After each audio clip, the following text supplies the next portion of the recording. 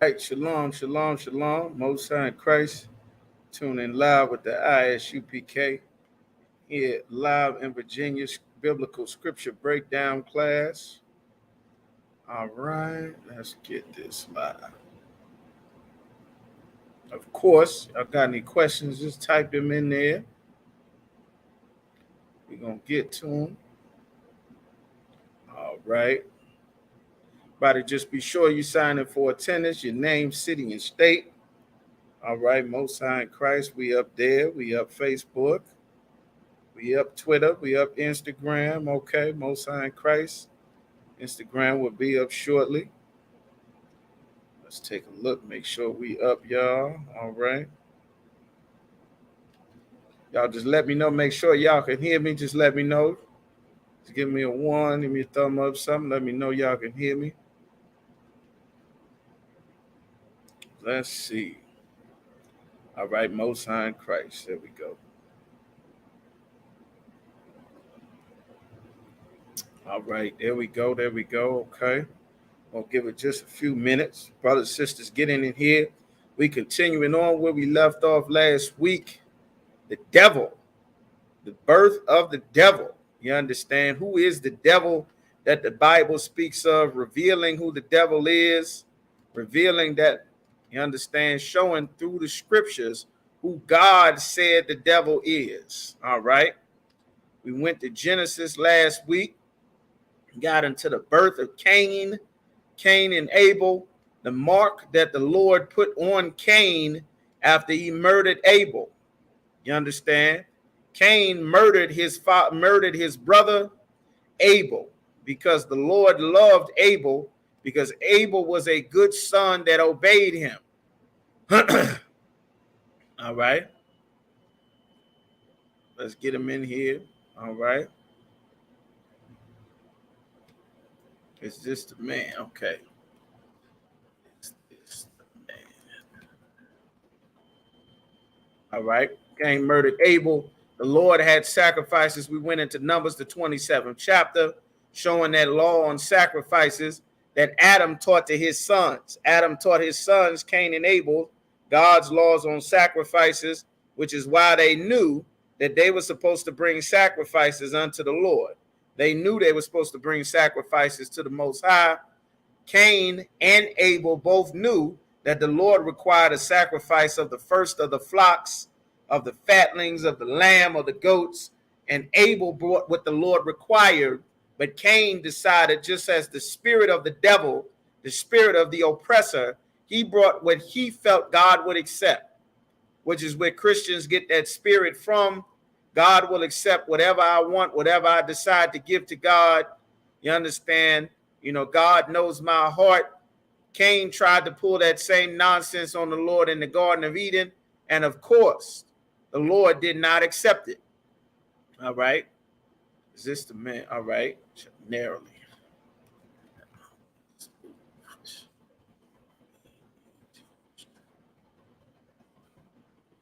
Give y'all some moments to get in here. All right. Like the Lord is explaining. All right. Who is the devil that the Bible speaks of? You understand? We went through that. We went into the birth. And the Lord put a mark. Shalom, sis. Y'all stay strong out there. The Lord is sending tests in the earth.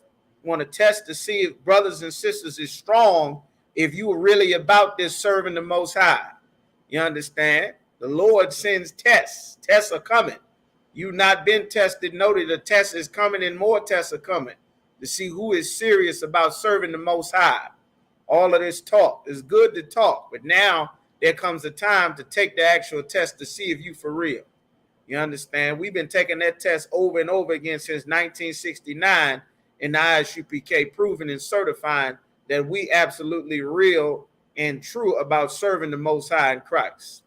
That we serious about this Bible, serious about these scriptures. You understand? We serious. Hey, shalom, sis, y'all small shot. All right. Everybody just make sure y'all sign in for attendance.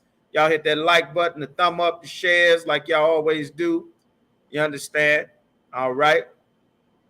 Tests are coming. You stay strong. Continue to serve the Most High. Stay diligent.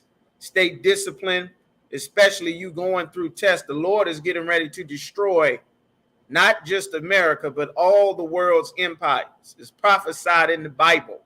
Destruction as have never been seen since the very beginning of the world. And it is imperative, meaning it is greatly important that we get ready and get prepared as a people for the destruction and the prophecies that the Lord set up. The most important preparation is getting your spirit correct. You understand?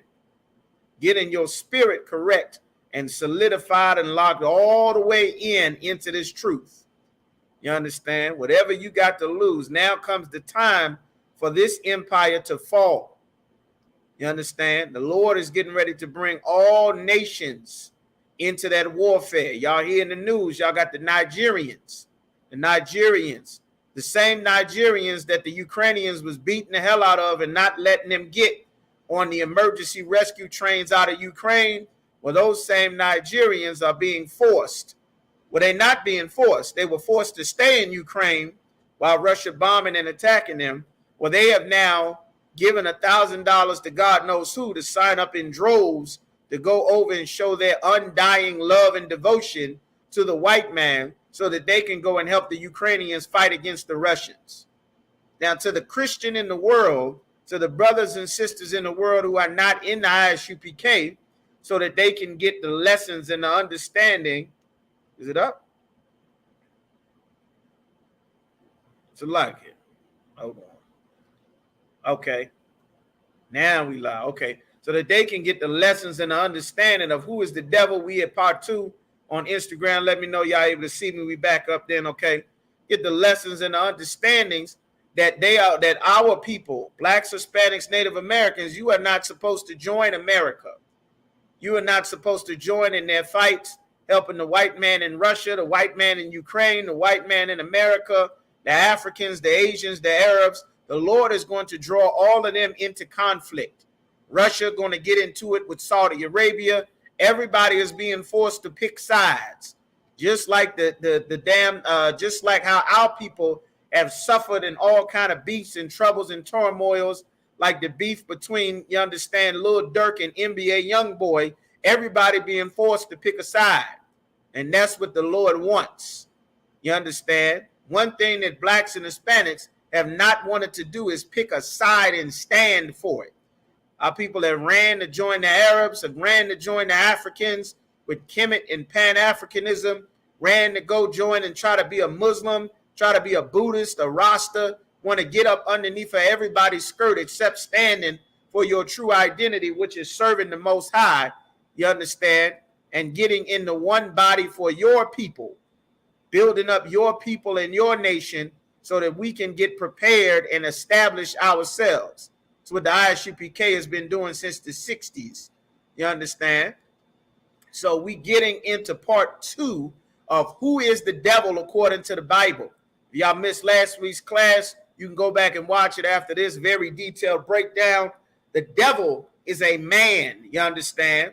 The devil is a man. The devil is not a red being or an angel with a pitchfork waiting for you to die so that you can go into some flaming pit forever where he can poke you with a pitchfork and torture you and you'll just burn forever and ever.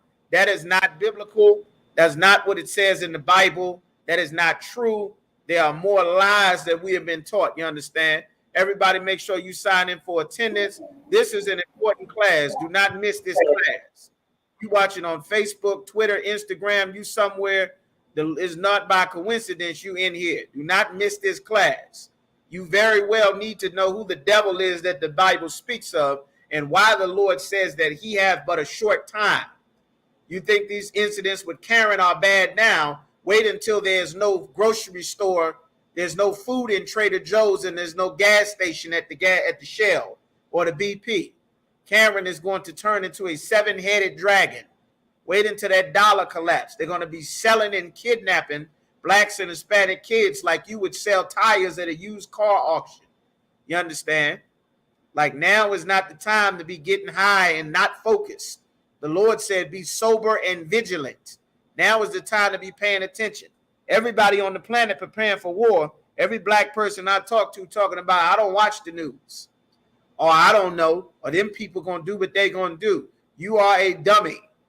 You understand? Which is why everybody buys up your neighborhood, sets up shops and businesses. Your homes are investment properties. Everybody comes up over you because you don't know what to pay attention to, because our people are in this silly Christian spirit of singing and voting and marching, hoping that your problems will go away. You need to be in here and paying good attention, taking notes. Now it's time to actually learn what is in the Bible. You understand? We in fourth quarter, fourth and long. Now is the time to learn, like your life depends on it, like your children's lives depend on it, because it does. You understand? All right. So we in the part 2 of who is the devil. We're going to start with Genesis, the 25th chapter, where we ended. They were fighting. There were twins being born in Rebekah's womb. There were 2 different types of people. We're going to go to Genesis chapter 25 and verse 22. All right. We know when you're ready, Gad, I'm going to bring you off mute. Genesis 25 and 22. All right.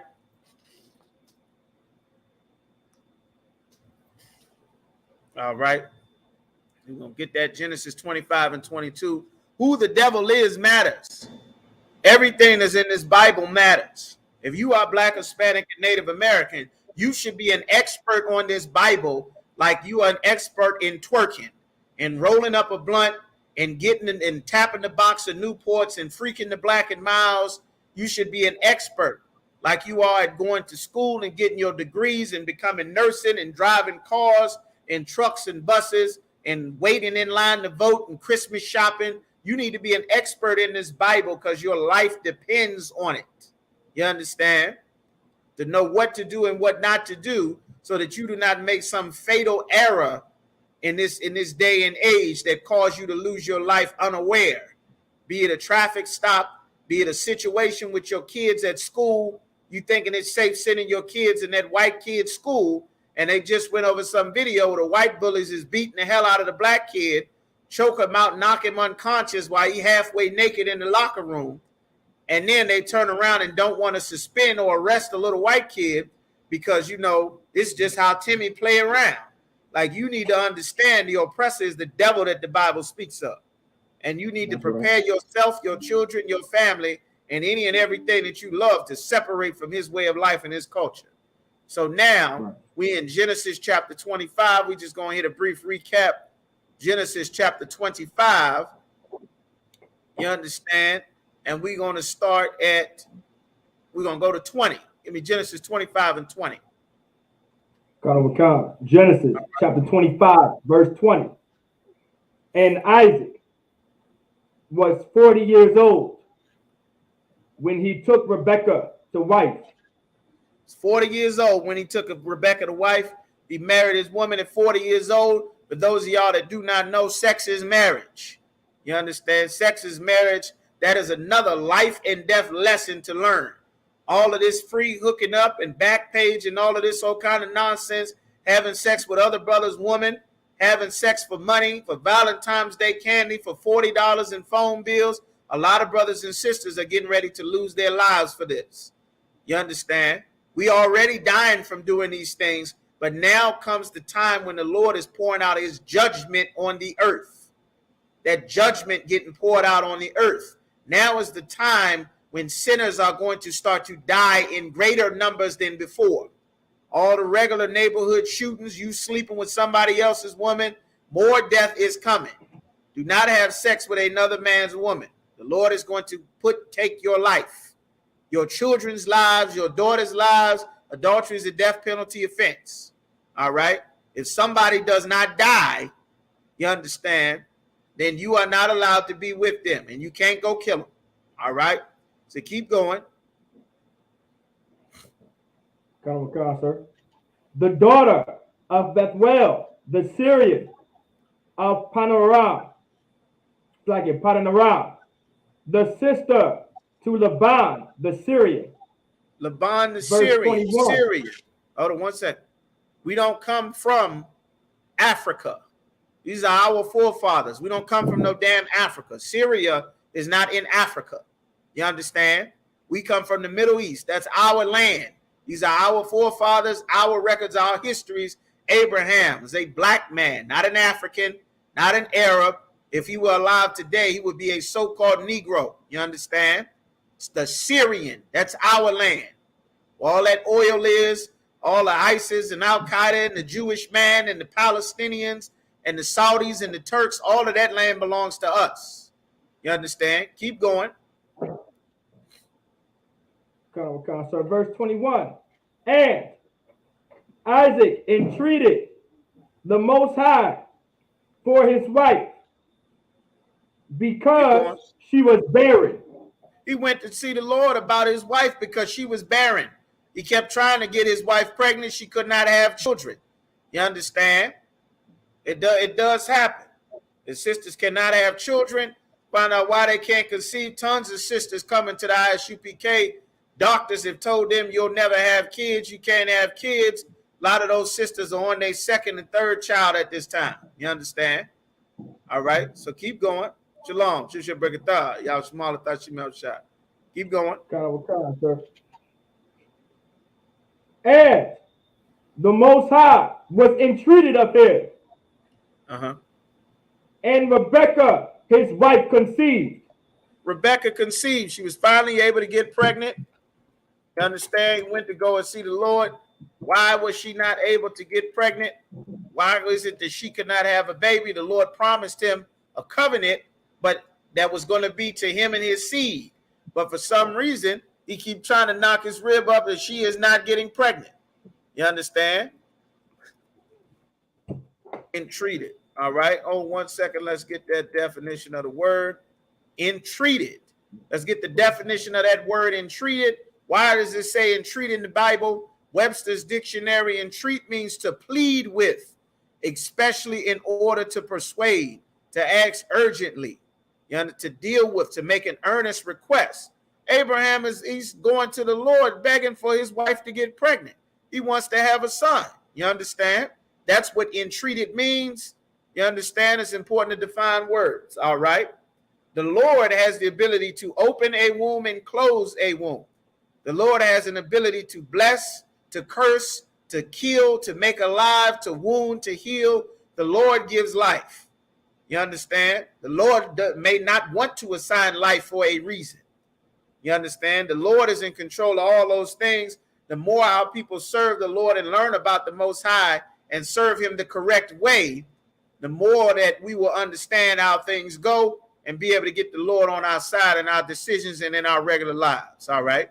Not a personal relationship with God, but the Lord will be with us. You understand? Just to make sure that that is clear, because Christianity has infected all of us and like a cancer that spreads like the skin that's on your body, that we have to get that Christianity out of our people. All right, Yaraj, so keep reading. Sir. And Rebekah, his wife, conceived. He went and pleaded with the Lord. She was able to have children. She conceived. Now she's pregnant. Keep going. Verse 22. And the children struggled together within her. All right. Give it to me a little bit faster. The children struggled within her. The Lord made this pregnancy come about. Now that she's pregnant, the children is inside of her and they fight. Keep going.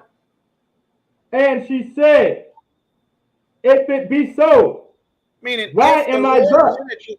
He said, if it be so, if the Lord wanted it to do this, that's why at the end of our prayers, we say Amen, which means so be it. She's saying, if it be so, if the Lord said it to be so, then why am I thus? Why is this pregnancy so difficult? If this was the Lord's will, that my husband had to go and plead to the Lord that I'm able to have these children. If this is the Lord's will, why is it this way? She wanted to know why. Hey, shalom, sis. Y'all smart thought she mouth shot. Keep going. And she went to inquire of the Most High. She went to inquire of the Lord. Inquire of the Lord does not mean that she went to go and pray and sing and get some Kirk Franklin going and lit candles and the Lord just appeared, like you hear on all your gospel songs that your aunts and your mommy listen to. That's not what it means to inquire of the Lord. Inquire of the Lord means she went to go ask a prophet of the Lord. That's in 1 Samuel chapter 9, should be verse 6 or verse 9. You understand? She went to inquire of the Lord, meaning you go and ask a prophet. That's how you inquire of the Most High. The Lord does not talk to you in whatever you think in your head and your mind. There's so many things that our people think about. And because we don't know anything about the Most High, and our lives are filled with fake men of God and preachers and all kinds of religious leaders that would have been put to death all throughout the Bible for witchcraft and sorcery and the lies that they teach our people to serve another God and be out of order, our communities are filled with them. That's why we have to say every time you see us speaking and teaching, we are not affiliated, and if you are not in the Isupk, you are not in the truth. So that everyone knows, which they do know, which is why they call us, even in their fake Israelite groups, and even though that they try to say that they don't, everyone knows who the authority is and who the Lord actually deals with is the Isupk. The FBI knows, the police knows. Anytime some fake Israelite does something, or some nut that says that they doing something about the Bible or they're an Israelite, the FBI comes to talk to Captain Tazariak or Commanding General Yohana or Captain Laban or Shargapan. They all know. You understand? It's imperative to know who the prophets are so that you can inquire of the Lord the way that the Bible says, so that you do not follow whatever you think in your silly mind, so that I do not follow what I think in my mind. I'm going to follow what Commander General Yohana said, and that is how you will know what the Lord says. That's how Rebecca knew. All right? This chain of command and having prophets in our nation has always existed from the very beginning.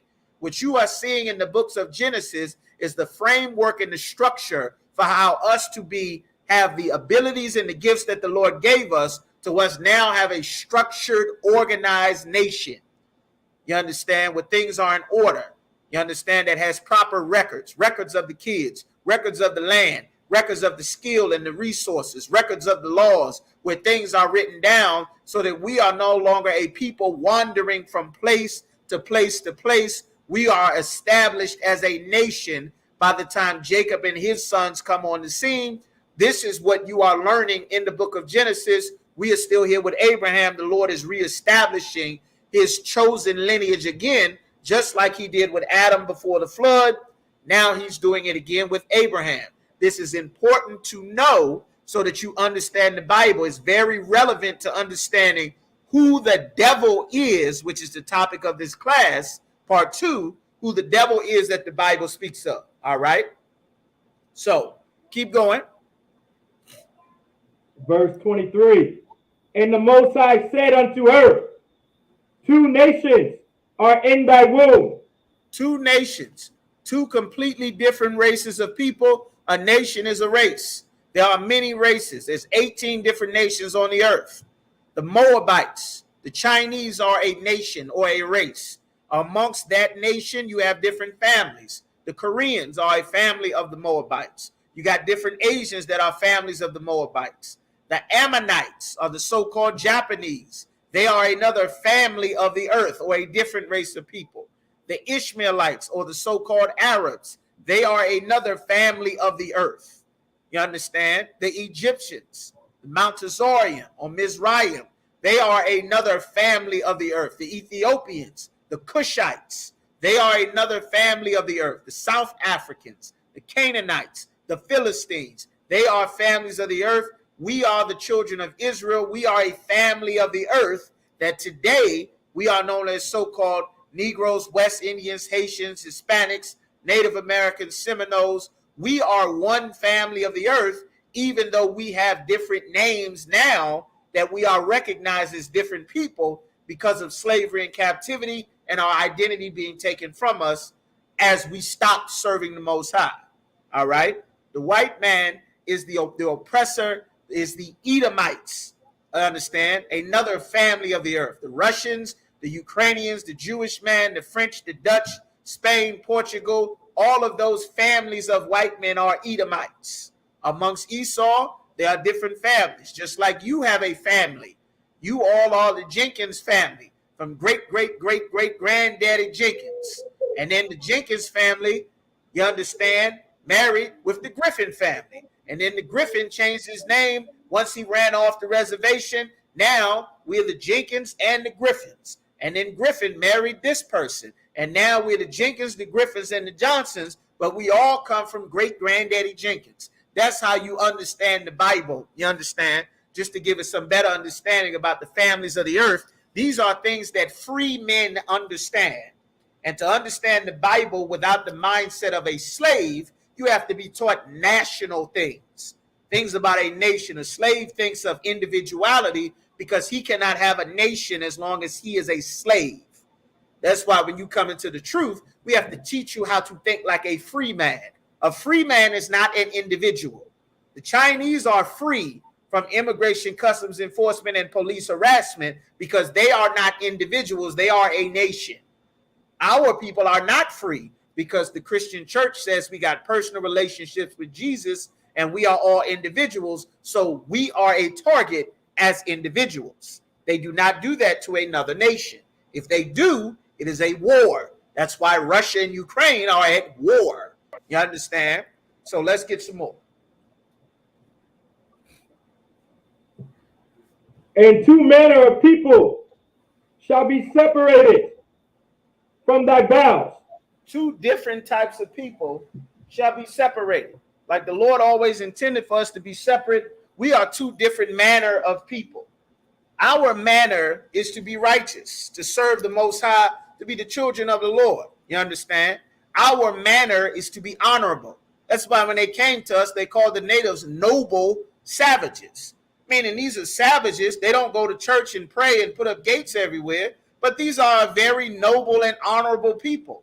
And because they are a different manner of people, they immediately started to murder the Tainos. They started to murder the Aztecs and the Mayans. They started to murder the Native Americans, the tribe of Gad, because they are a nation of people that is savages.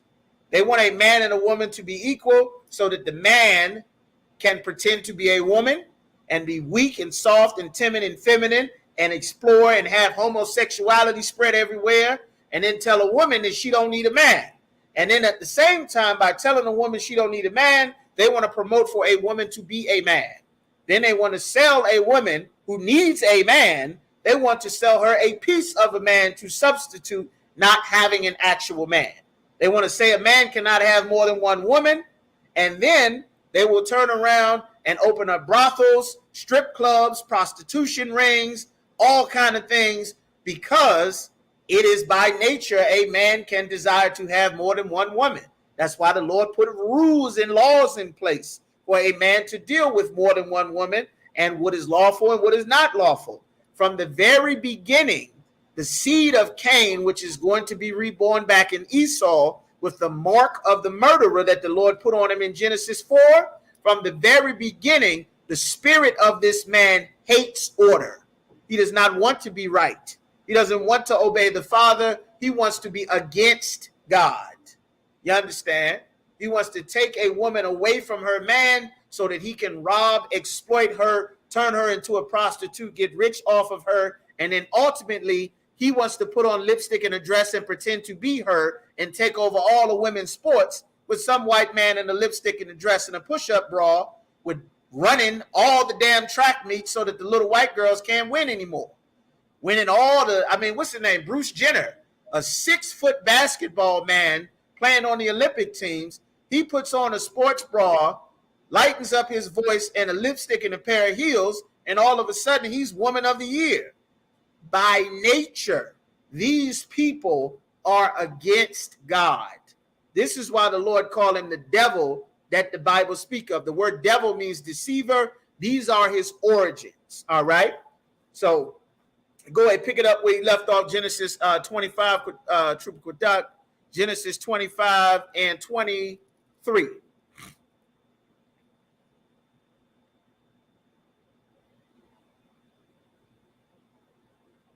And 23. You must be muted. Okay. All right, try it now. You got your mic muted. That's why it's not working. Salakia, sir. No And sweat. Go ahead. two, come. And the Lord said unto her, two nations are in thy womb, and two manner of people shall be separated from their bowels, and the one people shall be stronger than the other people. There's one people that's stronger than the other people. There's one people that does not need steroids to get muscles. There's one people that don't need all of these fertilizations and everything to have children. There's one people that will fill up the land in a quicker period of time than all the other people will. You understand? There's one people that you will put them in slavery and they will build your entire empire instead of dying off like every other people would just die off. There's a people that's stronger. You understand? Keep going. Come. And the elder shall serve the younger. The elder brother is supposed to serve the younger brother. That elder brother is Esau. The younger brother is Jacob. All right, we're going to skip down. Give me down to verse 25. Come. And the first came out red all over like a hairy garment. This was the mark that the Lord put on Cain. Genesis chapter 4, about verse 16. The Lord put a mark on him so that everyone can know that this is the murderer. This is the man that sheds blood in the earth, so that you can see the blood through his skin. And he's hairy all over. That's why they need Schick and Gillette and waxing and all of these things, which it is not unlawful to do. It is unlawful for you to shave your beard if you are a man, and shave your head if you are a man or a woman. That is unlawful. You understand? But it is, you understand? But these are a very hairy people, like a hairball, not like a normal man or woman. You'll see that if you look up the caveman, the Neanderthal, this is what was born. You understand?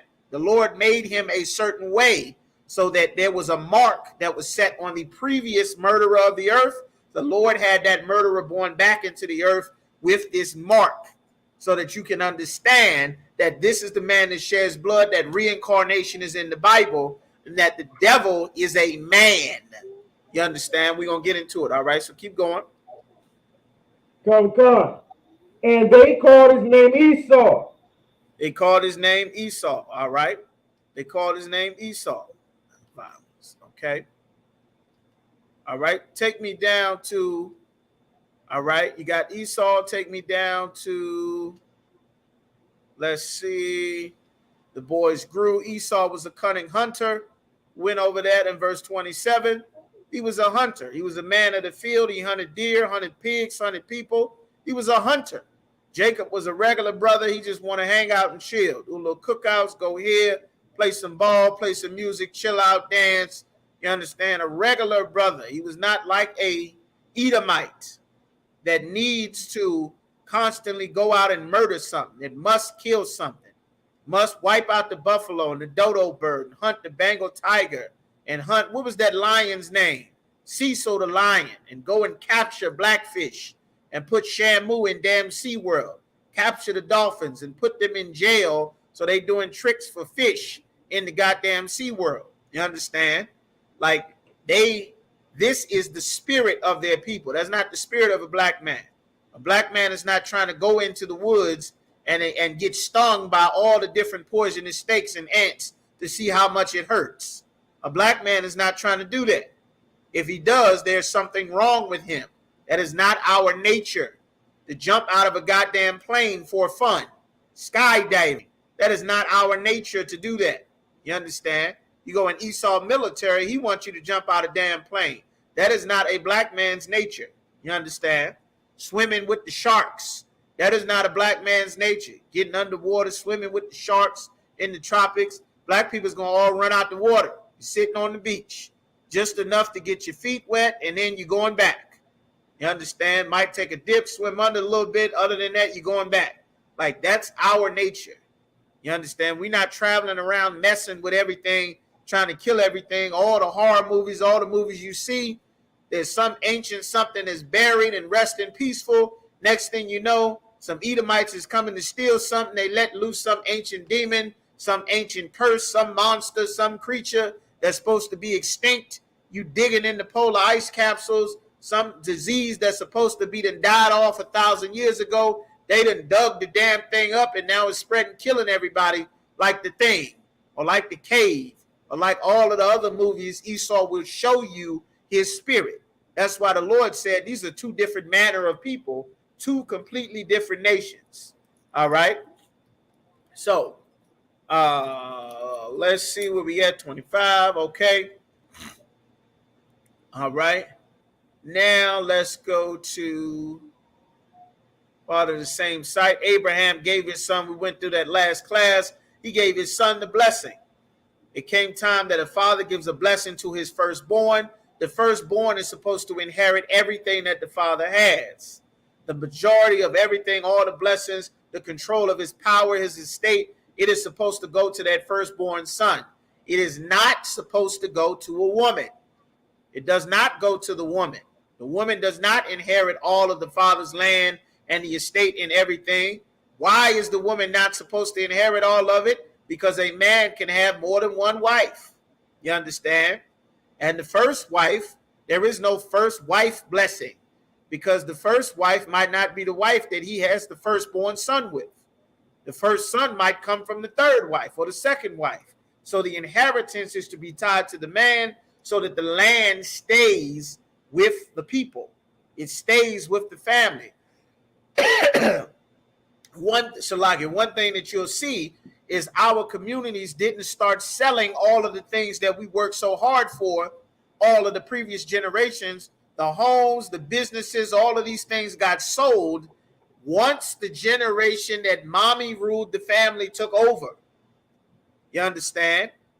The generation that mommy ruled, once mommy was in charge of the family, that's who sold everything. That's who sold Jet Magazine. That's who sold BET. That's who sold the houses, the neighborhoods. This idea of us holding and maintaining territory, holding on to it, passing it down for generations, that's a masculine thing. You understand?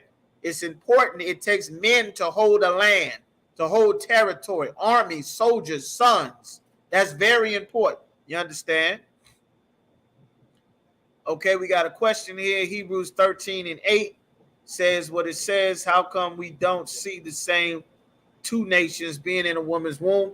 Let's take a look. Hebrews chapter 13 and verse 8. Let's take a look. Sir. Hebrews chapter 13 and verse 8.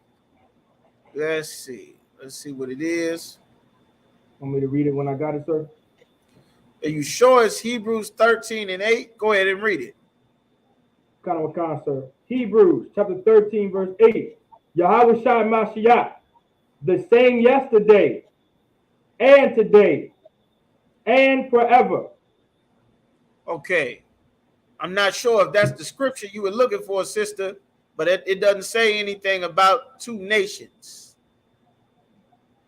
Maybe you got a different scripture that you're looking for. I don't see what you're saying about two nations. If you could type a little bit more on your question, perhaps we'll be able to get to it, but I'm not seeing two nations on there. All right, so just go ahead and type that in so we can take a look and see what your question is. All right, let's see.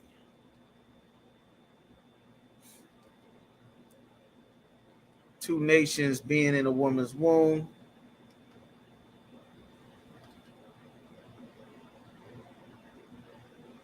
All right, no sweat. Once you type that in, we'll be able to get to that. Okay, go ahead and type that in to see what else you mean. And that doesn't sound like that was the scripture you were looking for, Hebrews 13 and 8.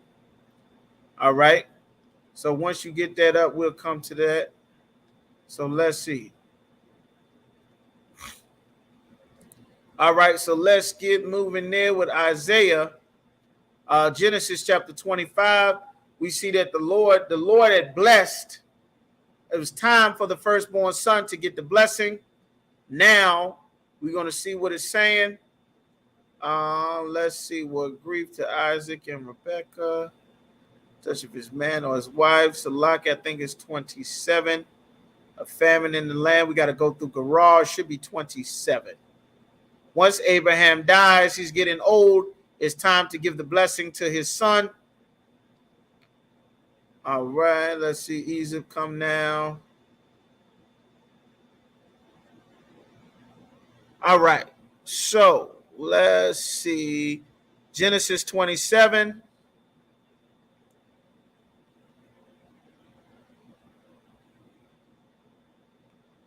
Go to Genesis chapter 27 and verse 1.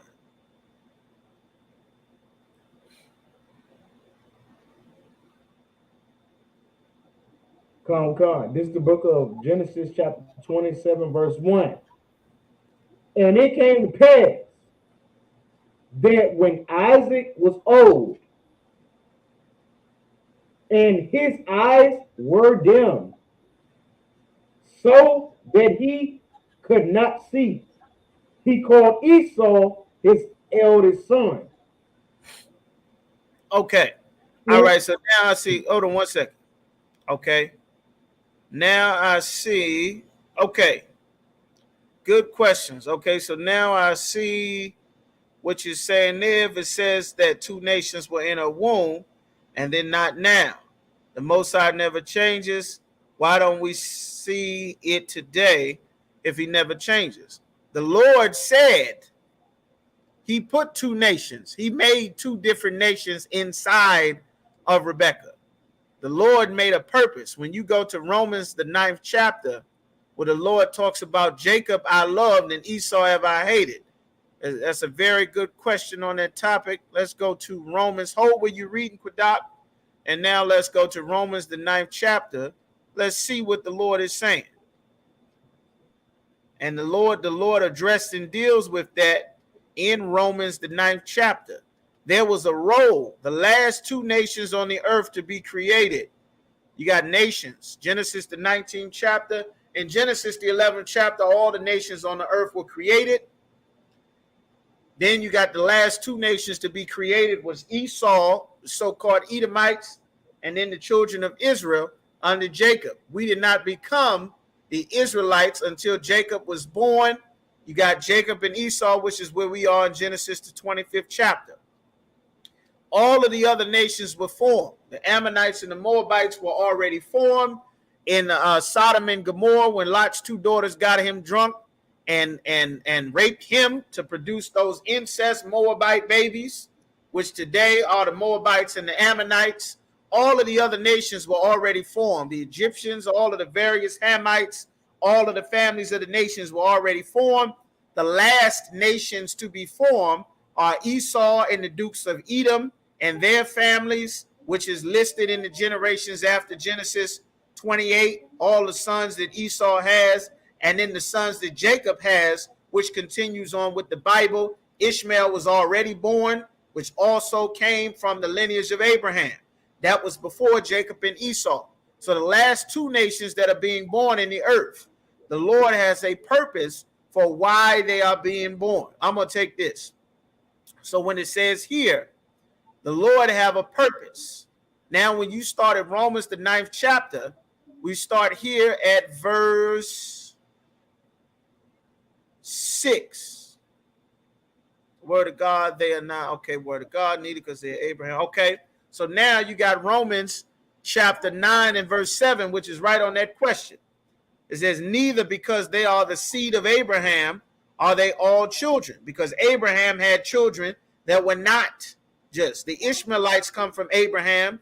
Isaac comes from Abraham. Jacob and Esau come from Abraham. That's not the reason are they all the children of the Lord. In this 9th chapter, Paul is stating out some important things in lineage, because a lot of people try to lie on Paul, saying that Paul was teaching the other nations of people, saying that they could be saved because that was the actual gospel message that was different from what the rest of the Bible and what Peter was saying, which of course we know that that is a lie. That's why Paul starts in Romans 9 and 1. I say the truth in Christ, I lie not, my conscience bearing me witness. Verse 3 says, I wish I were accursed for my kinsmen according to the flesh. Verse 4 says that they're Israelites who pertain to covenant, the adoptions, the glory, the giving of the law, Verse 5 says their fathers are in the service of Christ. So now when we get to verse 7, he's specifying even more. Not because they are the children of Abraham, are they all children, but in Isaac shall thy seed be called. Isaac had Jacob and Esau. Now we're getting right to what your question was, sister, about Jacob and Esau. That's why just before you asked this question, we were talking about rights and lineage. Very important thing. These are very important legal concepts that only a free man cares about these things. Like owning land, like being in charge. These are things a free man thinks about. So now, when he talks about in verse 8, it says, that is they which are the children of the flesh, these are not the children of God, but the children of the promise are accounted for the seed. Now, he's getting a little bit further. Verse 9, it says, and this the word of promise. At this time will I come, and Sarah shall have a son. Sarah had more than one son. Sarah shall have a son. Her son was Isaac. This is talking about the backstory for the previous books of Genesis. Verse 10 says, and not only this, but when Rebekah also had conceived by one, even our father Isaac. Verse 11 is getting into your question for the children being not born yet. They were not born yet, neither having done any good or evil, that the purpose of God, of the Most High, according to election might stand. Not of works, not of the works that they actually did, because the children had not done good or evil, but of him that calleth. There was a purpose why the Lord had two nations inside of Rebekah's womb. In verse 12, it says, it was said unto her, the elder shall serve the younger. That's what we just got finished reading. Verse 13, as it is written, Jacob have I loved. The Lord loved Jacob. But Esau, which is that other son that was a part of Rebekah, the children that is talking about in verse 11, that is talking about in verse 12, this is talking about Jacob and Esau. Remember, this was not based on what they did before they were born. This was based on the Lord's purpose that he had set up. Very important. That's why Paul is writing this. The Lord is telling Paul to write this. You understand? What shall we say then? Is there unrighteousness with God, since the children haven't done anything good or bad? He loved one son and hate the other. What shall we say then? Is God unrighteous for loving Jacob and hating Esau? God forbid. No. Verse 15 says, for he saith to Moses, I will have mercy on whom I will have mercy, and I will have compassion on whom I will have compassion. You understand? Now we're going to skip down to verse 17. For the scripture saith unto Pharaoh, he's doing a comparison, even for this same purpose have I raised thee up. There was a purpose the Lord raised up Esau. The Lord had Esau be born into the earth for a purpose, the same way the Lord had Jacob to be born for a purpose, the same way the Lord had Pharaoh to be risen up to be cruel to the children of Israel for a purpose. You understand? He didn't switch up. This was his plan from the beginning. I'm going to use a parallel. I'm going to finish reading and I'm going to use a parallel, right? Everybody remembers, well, everybody might not be old enough, okay? Everybody should be old enough to remember Mike Tyson. You understand? Everybody remembers seeing, at some point in time, you remember seeing a Mike Tyson fight. They booking the fight. There's a pay-per-view. There's press conferences. Mike is talking crazy. Everybody talk, Mike talking crazy. I'm going to eat your heart. I'm going to eat your children. I'm going to do this and this and that, all at the press conference. That made everybody want to see the fight. And everybody was used to Mike being the champion. Mike was the big dog. Mike knocked you out in a few seconds. Mike been knocking people out since he was 17 in the Olympics. Everybody knows Mike's reputation, just like everybody knew George Foreman's reputation. Y'all might not be old enough to know George Foreman if y'all haven't been around boxing for any number of years. But there were some people that Mike Tyson fought that their reputation became the people like Lennox Lewis, like Evander Holyfield, like Donovan Razor Ruddock, they became known as the people that knocked Mike Tyson out. Everybody knew Mike Tyson's reputation. You got to remember, the Bible is written about black people. These is niggas talking. You understand? God included. That's where we get our spirit from. The Lord had Pharaoh raised up because Egypt had power, had wealth. They were strong. Everybody knew you don't mess with Egypt like everybody knew you don't mess with Mike Tyson. And the way that the Lord's reputation was going to be spread through the earth is he was going to be the one that knocked Mike Tyson out. He was going to be the one that beat Big George Foreman. You understand? He was going to be the one that killed Goliath. The Lord has done this all throughout the Bible. The Philistines were great, mighty warriors. Goliath was 9 feet tall. He was a man of war from his youth. He'd been racking up bodies left and right. And then the Lord got his reputation put on the map that he was greater than Goliath when that young boy David bust Goliath's head open and cut his head off. That's when everybody knew Goliath was terrible.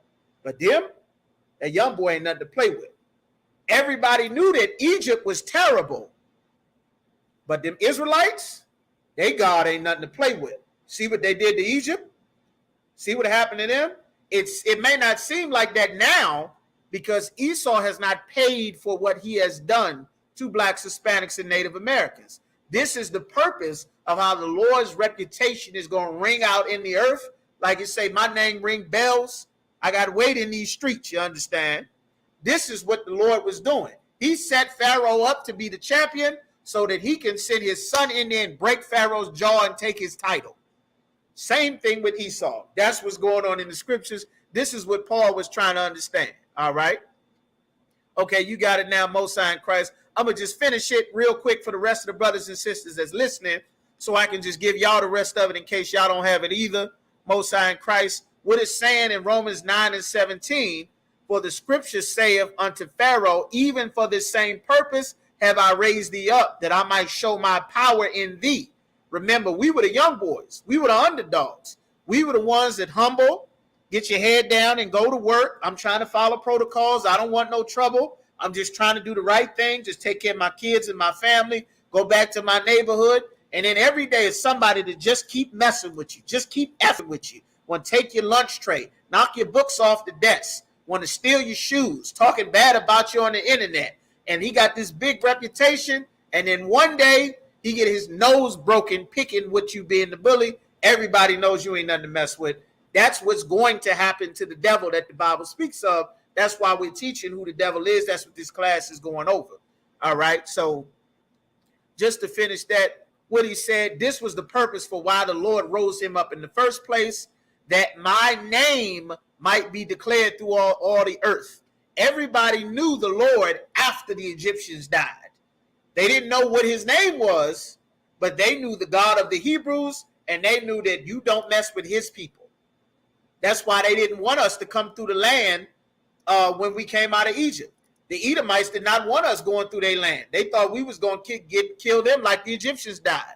That's why we had to go through the valley of fiery serpents, and everybody was getting bit by the poisonous snakes. That's where that medical symbol comes from. When you got the 2 snakes around that pole, that comes from us. That's when Moses lifted up the serpent in the wilderness, and everyone that was bit by the fiery serpents, those were poisonous snakes, like the puffer adder and the rattlesnake, all of the poisonous snakes in the desert. Moses created that bronze serpent and lifted it up. Everyone that looked at that serpent that Moses raised up, they were healed. That's why the medical symbols for the paramedics and the snakes on the pole for that medical symbol, that comes from us. That's from the Bible.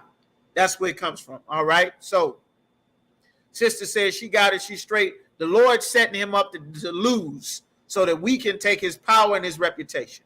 That's all that means. And the Lord had that set up from the beginning so that his son can get a reputation that you don't mess with my son because I ain't nothing to mess with. That's how the Lord is. You understand? That's the spirit of a black man. You understand? So now the other brother got a question. Brother Corey says, how do we know the mark on Cain was that you can see blood through his skin? Very good question. You may have missed the precepts. Give me, he rise up in the field, slayeth his brother. I'm going to get that in Genesis 4. Very quick. Give me precept upon precept. Yerashimov, give me precept upon precept. Keep holding where you were holding, Quebec. We're going to go back there in just a second. Said when he was in the field, he rose up and slew his brother. Should be Genesis 4 and 13. Precept upon precept should be Isaiah 28 and 11. Sir. This is the spirit. You got precept upon precept? Right, sir. Okay, hold that. We're going to get Genesis. Esau was a man of the field. Read precept upon precept first. I'm going to get to your question, that brother Cord. Read precept upon precept. Sir. Isaiah chapter 28, verse 10. For precept must be upon precept. Precept upon precept. Line upon line. Line upon line. Here a little and there a little.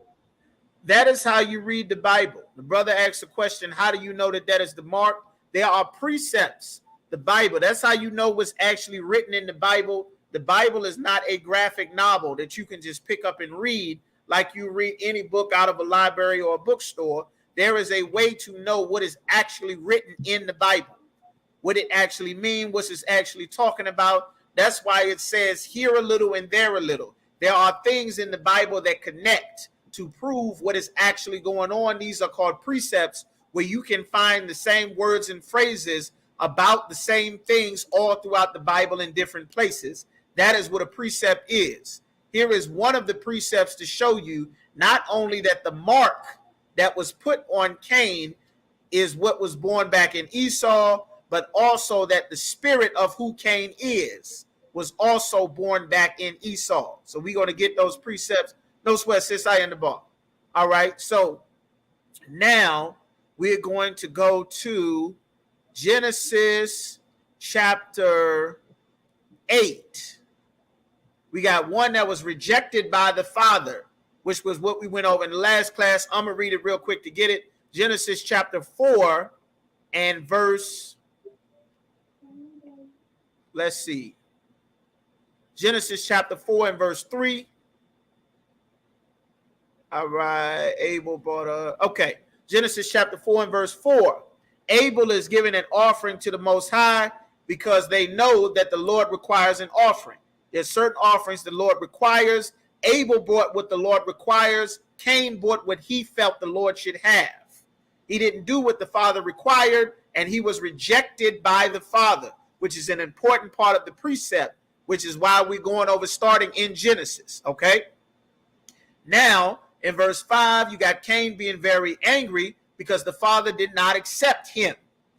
In Genesis chapter 4 and verse 6, it says, and the Lord said unto Cain, why art thou wroth? Why are you angry? Why is your countenance? Why is your face down?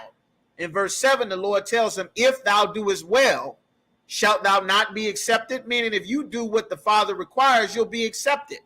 And if thou doest not well, sin lieth at the door, and unto thee shall be his desire, meaning you are going to be the man of sin. You are going to be so sinful and wicked if even from the very beginning you disobey the Father. Now, we're going to get the precept. Hold me, man of the field in Genesis 25. Drop that precept upon precept and give me man of the field in Genesis chapter 25 and verse 27. Genesis 25 and 27. Get that ready. I'm going to go there. All right. Brother Corey, make sure you're paying attention. Just give me one, let me know you still follow me. All right.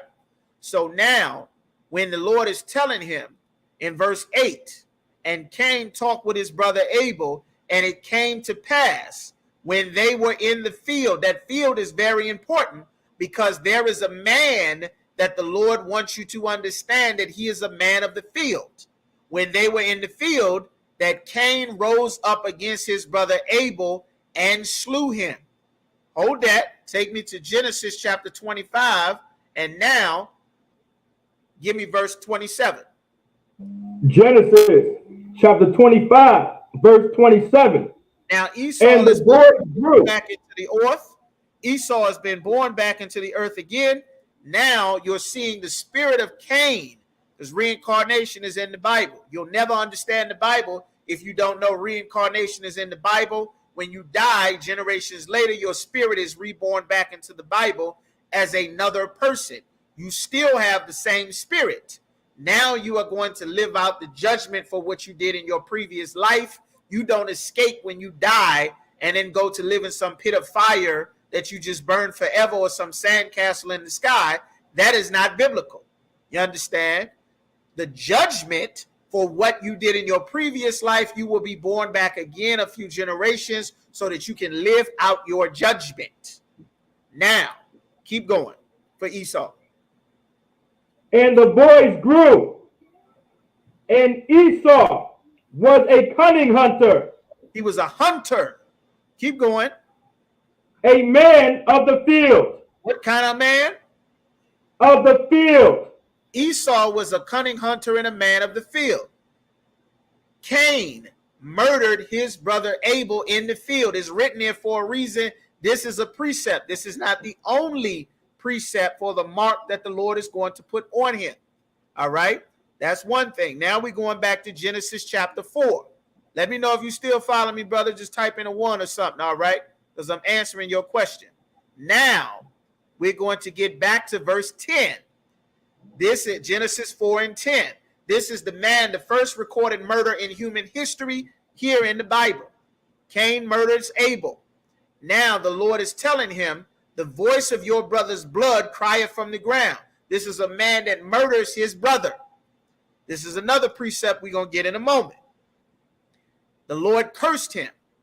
Cain, just like any other white man says, he doesn't care about who he murders. He cares about the punishment that he's going to receive. He said, and Cain said unto the Lord in verse 13, my punishment is greater than I can bear. That's too serious. Never mind about this person I just murdered. I only care that the punishment is too steep.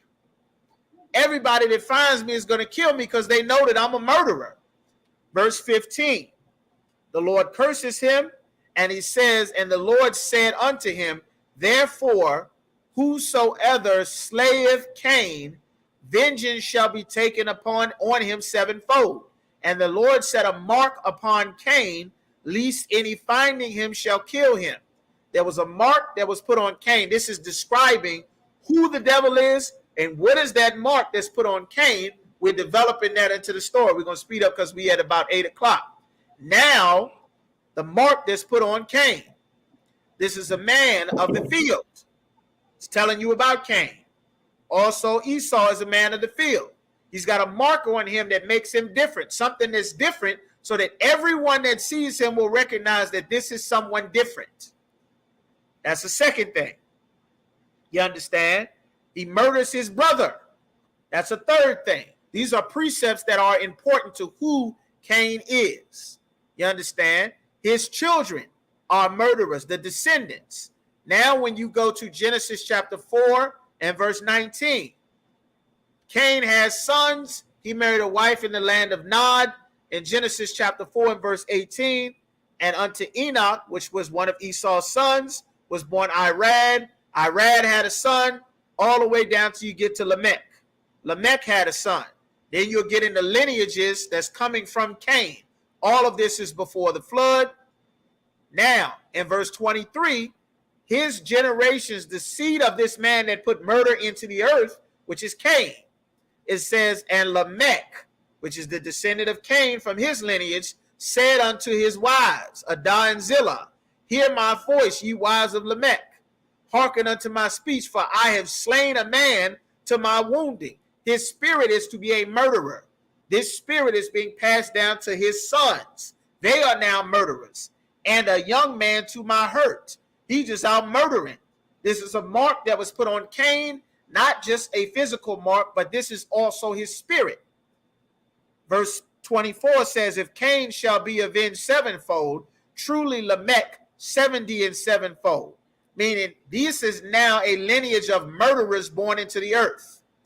From that one murderer who's a man of the field, he now has a mark that puts on him to distinguish him from all of the other nations and people born in the earth, so that everyone knows when they see this mark, something is wrong. This is the murderer.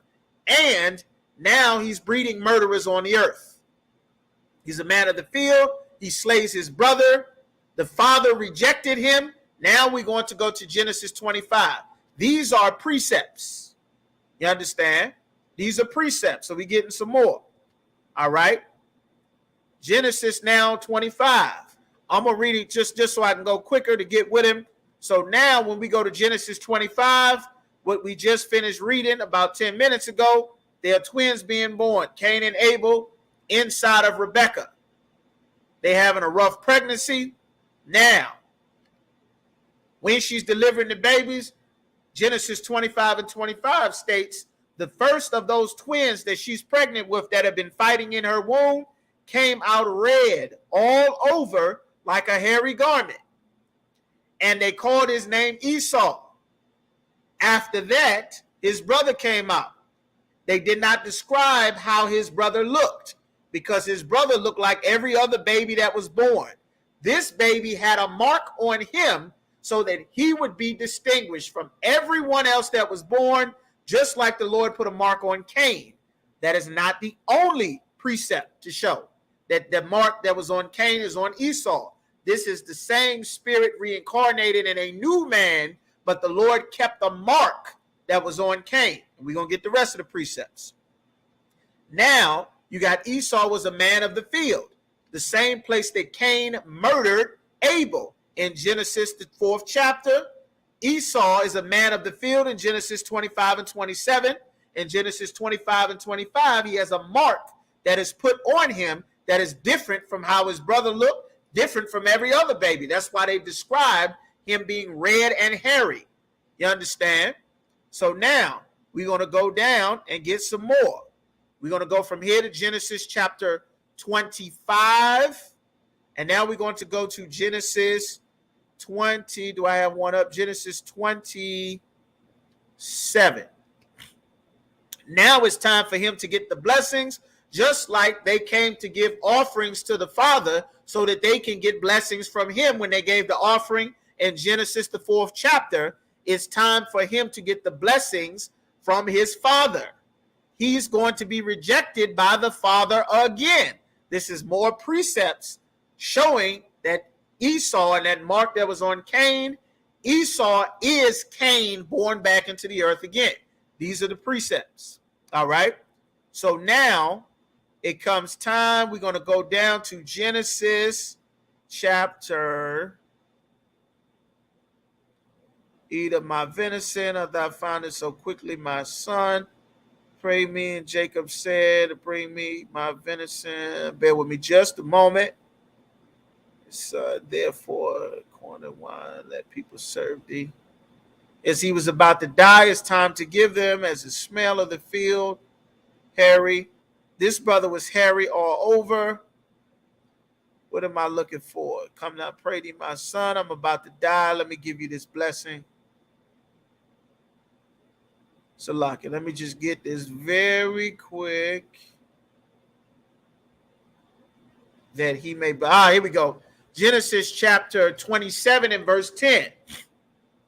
This is Isaac is old. His eyesight has gone bad, as it says in 27 and 1.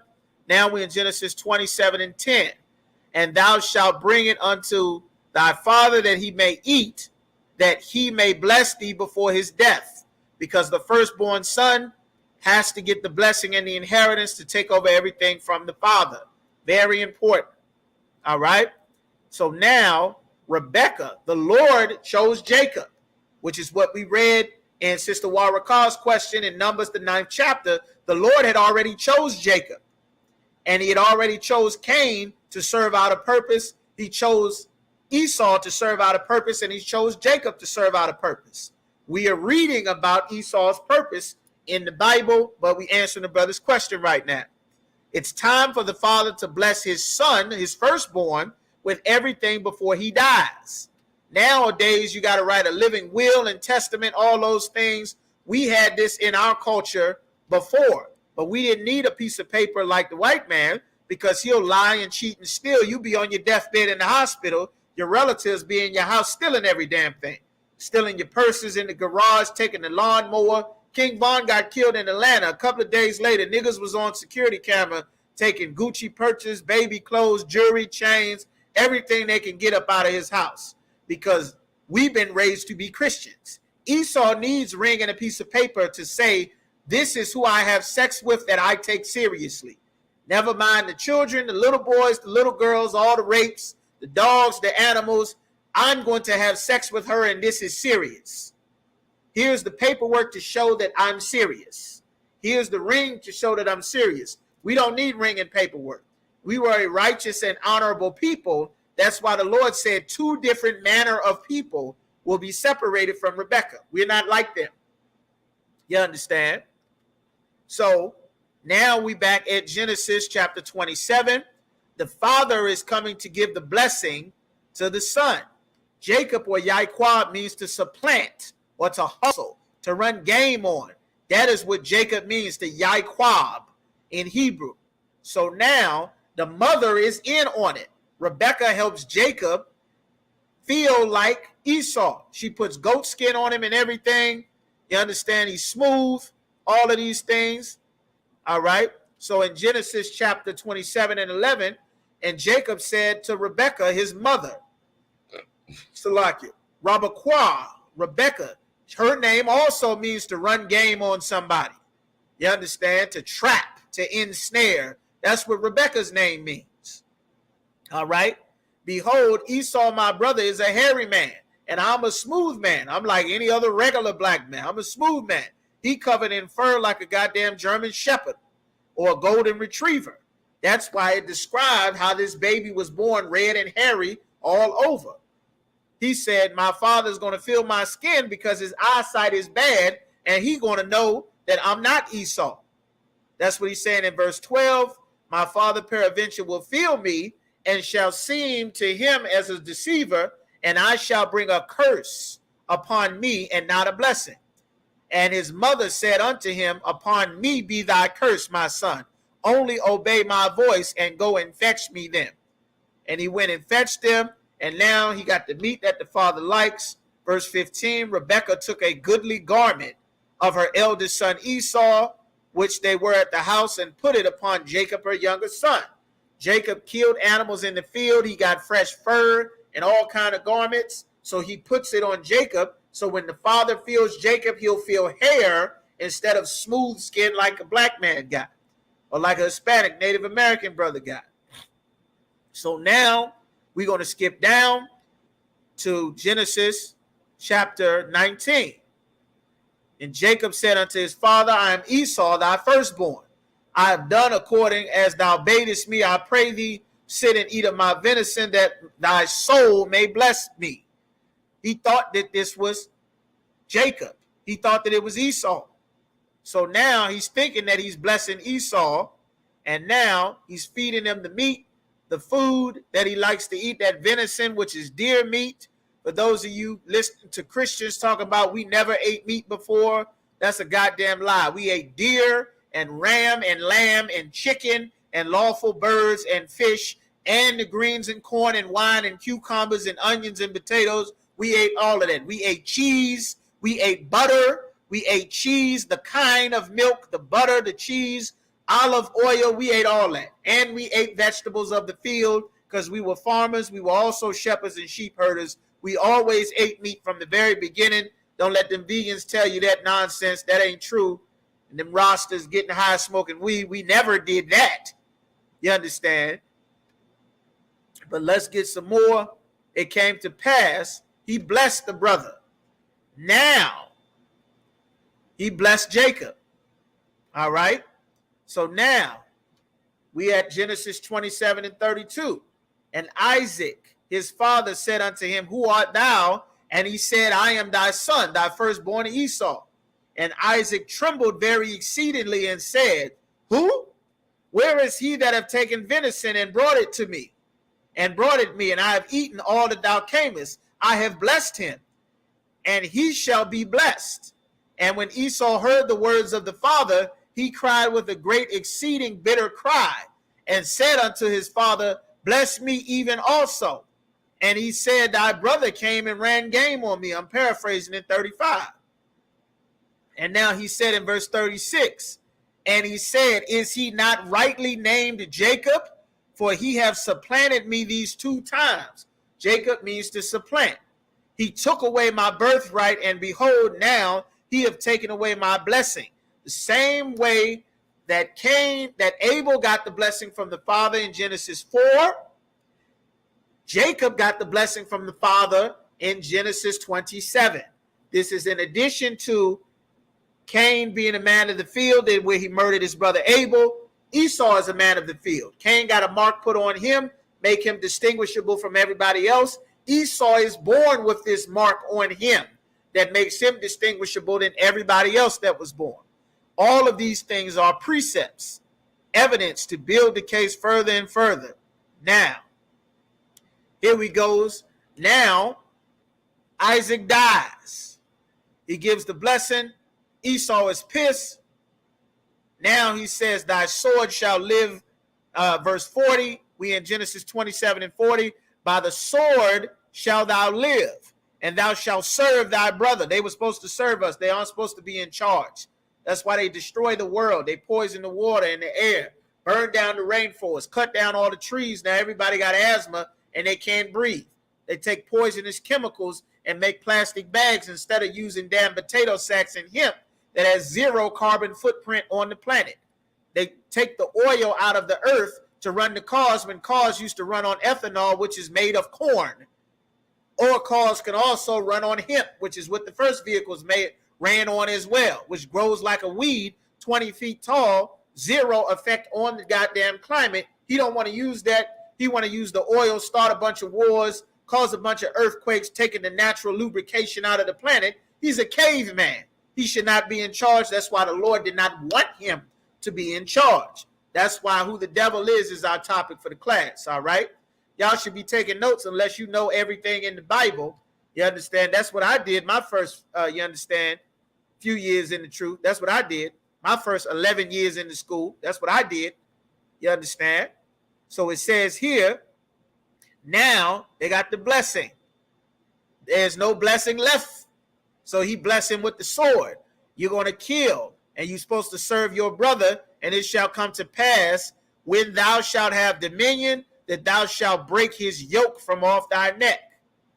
Now, verse 41, and Esau hated Jacob because of the blessing wherewith his father blessed him. The same reason that Cain hated Abel, because of the blessing that the father gave to him. The Lord had Cain's spirit be reborn back into the earth, and the same mark that was on Cain is also on Esau. These are the precepts proving it. Here is more.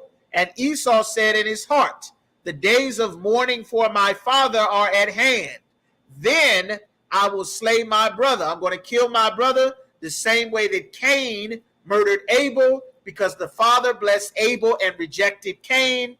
Esau is going to murder Jacob because the father blessed Jacob, and now Esau did not get the blessing that he felt he should have, that the Lord did not want him to have anyway. There's the mark, killing your brother, rejected by the father, didn't get the blessing, man of the field. All of these things are the precepts showing not only is that the mark, but this is him in the reincarnation in the scriptures. All right. So that's what that's talking about there. Brother Corey, let me know if that answers your question there. But we got to get moving on with the rest of the class. You can go ahead and type it in. You understand? If you need this after the class, you'll be able to rewind it and get it all over. Get it all over again so you can pause it, write it, take notes, all of that good stuff. All right. So now we got Jacob and Esau born. He rejected the father. He hates his brother Jacob. You understand? Now we're going to get what he did. We're coming out of Egypt. They still hate us. We're going to get to Amalek. Amalek. When we are coming out of Egypt, Amalek.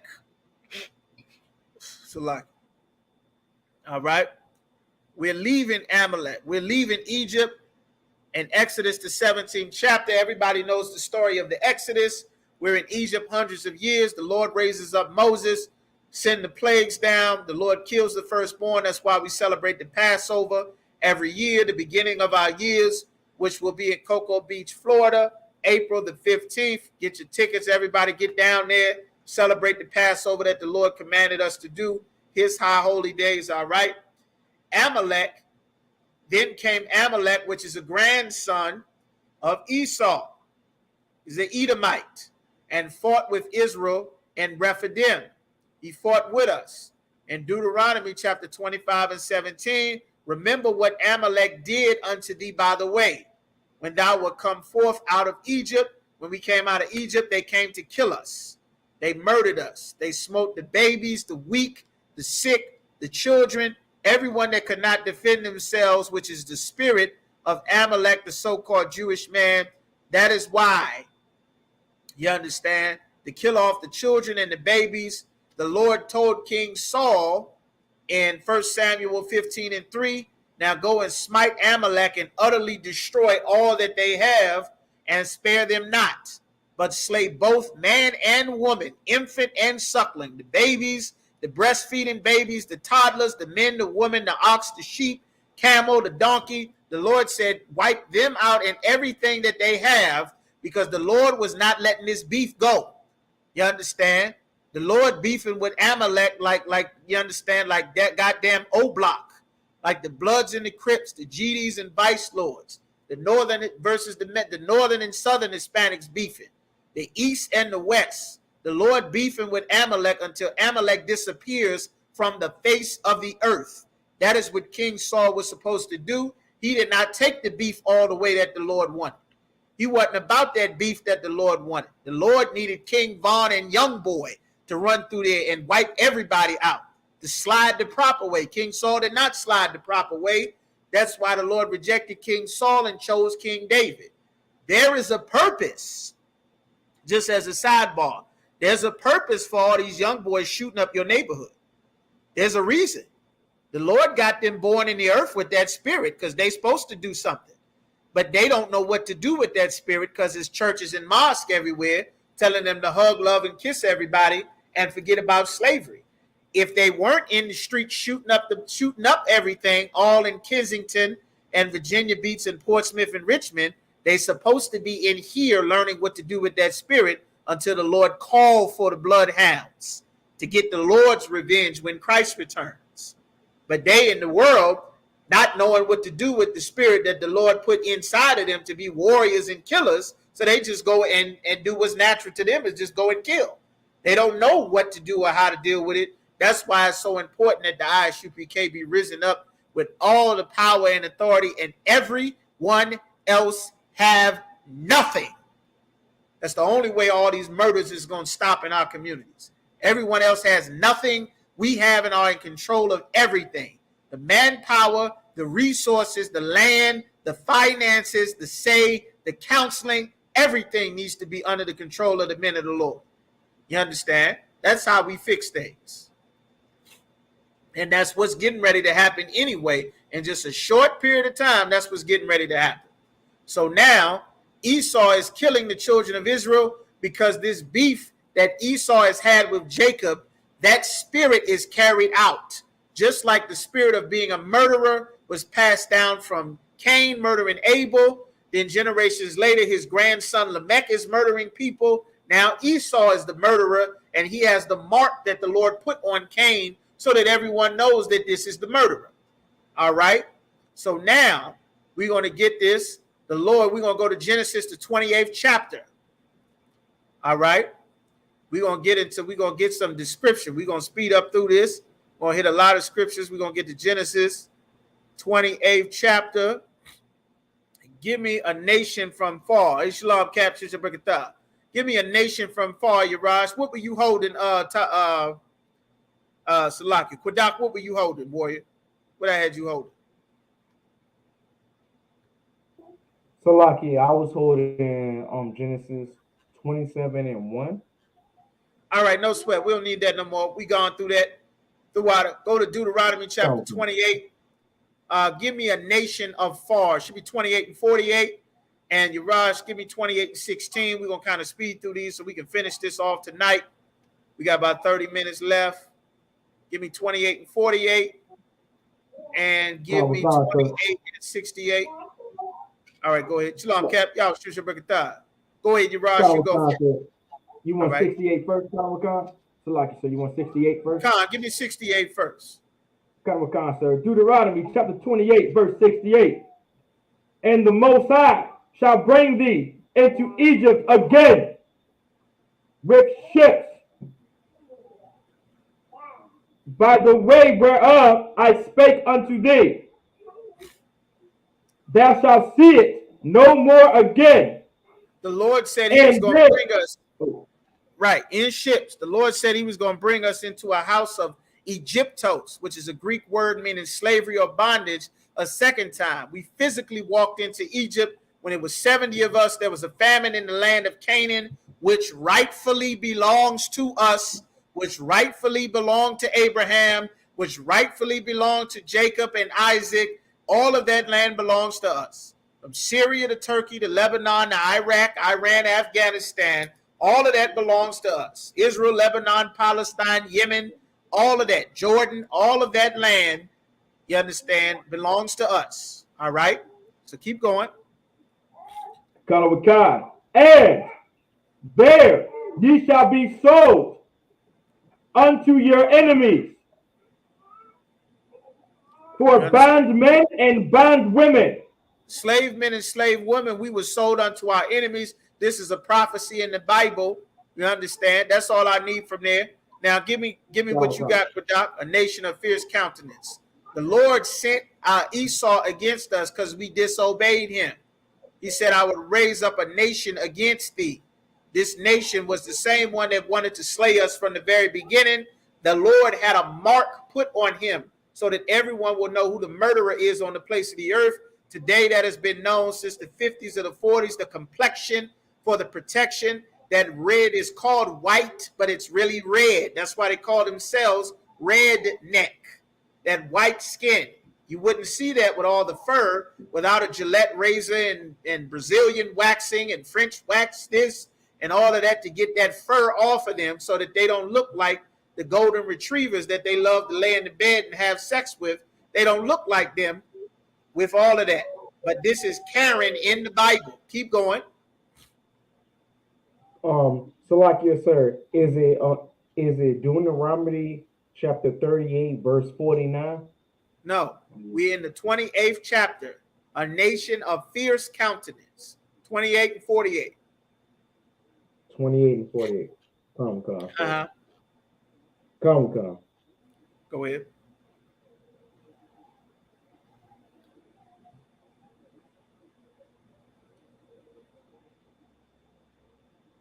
Come. Therefore shalt thou serve thine enemies, which the Lord shall send against thee. The Lord sent enemies against us. You understand? Because we did not obey the Most High. Deuteronomy 28 and 15, the Lord said that we would be cursed if we did not obey him. Same way he said we would be blessed if we did obey him. So the Lord said he would send enemies against us. Keep going. In hunger, and in thirst, and in nakedness, and in want of all things. The Lord said he would send a nation against us in hunger, thirst, nakedness. You want clothes, you want bras, socks, drawers, anything you want. You're going to have to go to this nation. You want a house, you want school, you want some water to drink, a place to live. If you want to teach your children at home, you got to get permission from this nation. If you want to have a baby, you got to get permission from them with documents, paperwork, pay a goddamn fee just to get your baby out the hospital. You got to go through him. He got to have records of your birth. Otherwise, he'll call you an illegal alien and take your baby from him and put your baby in a dog cage. Just ask the Mexican brothers of the tribe of Isupk. Ask the Guatemalans and El Salvadorians and Haitian brothers and sisters what happens if he doesn't have you recorded down. It just take you and throw you in a cage somewhere like an animal. You understand? Keep going. Come. And he shall put a yoke of iron upon thy neck. This is a nation of people that put a yoke of iron upon our neck. You understand? They physically put iron and chains on us when they took us in slavery. Them taxes you paying is a yoke of iron. You pay off your house. You pay the regular taxes, taxes on your check, taxes on your purchase. Then you got to pay taxes on your land and your property. And if you fall behind on the damn property taxes after you done already paid taxes on everything that you purchased, he'll come and take your goddamn house away. That's a yoke of iron on you. If you're too poor, he'll charge you a fee for being too poor to pay for a fine that he fining you because you're too poor to do something. He'll take your kids away. You got to pay to get your kids back if you're too poor. Child Protective Services will come and get you. Immigration Customs Enforcement will take your children away if he don't have you recorded down properly the way that he want. As long as you are not an Asian, Arab, African, or an East Indian, everybody else is going in a dog cage. You understand? Like the Lord said he would put a yoke of iron on you. His holidays are a yoke of iron. You understand? Have some kids and not have money for Christmas, Halloween, birthday parties, and Thanksgiving, and you'll find out, if you're not in the truth, that there's 100 pounds of iron on your neck not being able to provide Christmas and birthday presents and Halloween presents. Show up to that Thanksgiving dinner without a dish. You'll find that these holidays are a yoke of iron on you. His lifestyle, that homosexual lifestyle that he promotes, let you be Dave Chappelle and say something against that lifestyle, that yoke of iron will get you thrown off of goddamn Netflix. You understand? Like, his way of life is a yoke of iron. Tell a man he can't have more than one woman, then you got him develop a goddamn sexual deviancy because you won't let him have another goddamn woman. Tell him that God loves everybody in his Christianity, and you'll put the kids in a child molesting religion for everybody to get abused until they commit suicide of a drug overdose or hang themselves in the goddamn basement that you find a letter from your kids. That's a yoke of iron. His entire lifestyle is a yoke of iron on our people, just like being in Egypt was bondage or Egyptos to us. You understand? So keep reading. Finish that off real quick. 49 and 50, Bumper Shaw. Just read it straight through. Come. Until he have destroyed thee. Verse 49. The Lord shall bring a nation against thee from far, from the end of the earth. From where? From the end of the earth. Why does it say from the end of the earth? Who can type in real quick? If y'all not quick on the trigger, I'm going to have to give it to you for time's sake. Go ahead, Uraj. Come God, sir, there was only one nation on the earth that believed that the earth had an end. That's correct. There was a nation of people, the nation of people that's being described, the so-called Caucasian, believed that the damn earth was flat. That's why it said from the end of the earth, that's spiritual, because in their spirit, they thought that the earth would just drop off once you got to the edge of it. That's why it's written that way. These are all the clues describing who the Bible is talking about. Keep going. Give me Job 9 and 24, Urash. Just hold that so we can go straight there, Bumper Shaw. Go ahead, finish this up, Kudat. Bumper Shaw.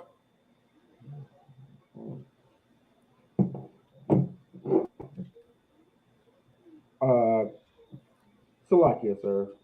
Give me 1 second. My phone is, I don't know where it is. It's acting. Might need to do it the old-fashioned way and grab a book. You might have to do it old school. I came in the truth. We all had books, big, heavy books that we carried everywhere. Zondervan's, Apocryphas, King James, pictures of Caesar Borgia, dictionary, Babylon to Timbuktu. We had to carry all of that every time. Call it the Israelite rucksack. That's what it was when I came into the truth. Everything digital now. I do it the seek ye the old path. Get that book out there. Go ahead, hit 49, 28 and 49.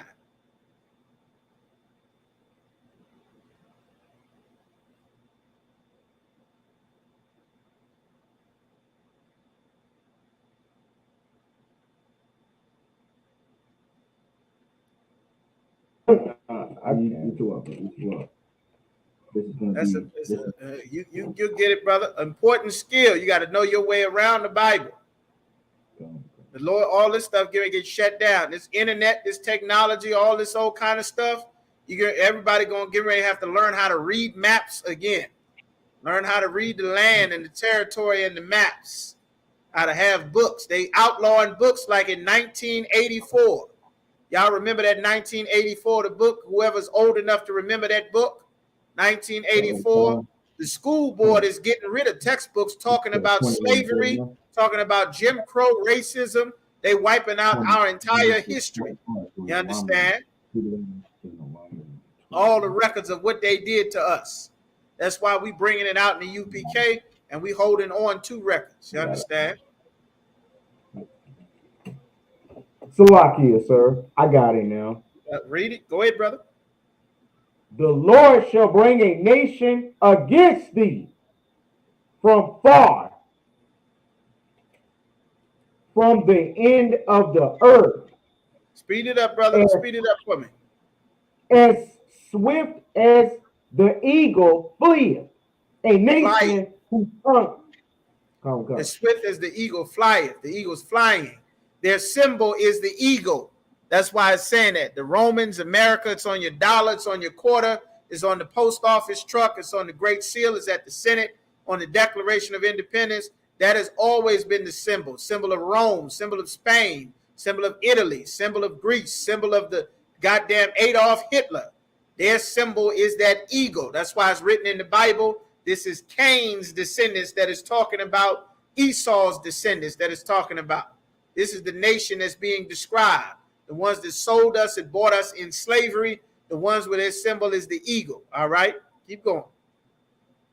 A nation whose tongue thou shalt not understand. They came, we didn't understand their tongue. Many tongues. That's why we had to learn their English, their French, their Spanish, their Latin, their Dutch. You understand? We didn't understand their tongues. When they came to conquer the lands of the Central South America and the Caribbean, they spoke in Latin. Nobody knew what the hell they were saying. They were saying, white man, come and steal everything. You belong to the crown now. That's what they were saying. Nobody knew. And then they started killing and enslaving people. And here we are today, speaking English. All right, keep going. Verse 50, a nation of fierce countenance. All right. Which shall not regard the person of old. They don't care about the old. I said, speed it up, brother. Nor to favor to the young. They don't care about the old or the young. They're going to kill old George Floyd. They're going to kill Alberta Spruill. They're going to kill you in the church. They're killing at the mosque, the school, the gay nightclub, the straight nightclub, the Oklahoma City bombing, Sandy Hook, Pearland, Texas, Columbine, Virginia Tech, Iraq, Afghanistan, Vietnam, Korea. They don't give a damn. This is the murderer that God called the murderer of the earth. That's why that mark was put on Cain, that mark that was born on Esau. The blessing that Esau got is that Esau was blessed with the sword. You understand? All right. The water, go ahead and drop that. Now we're going to go to, give me Job 9:24 real quick, and then we go into Isaiah the 14th chapter. Okay.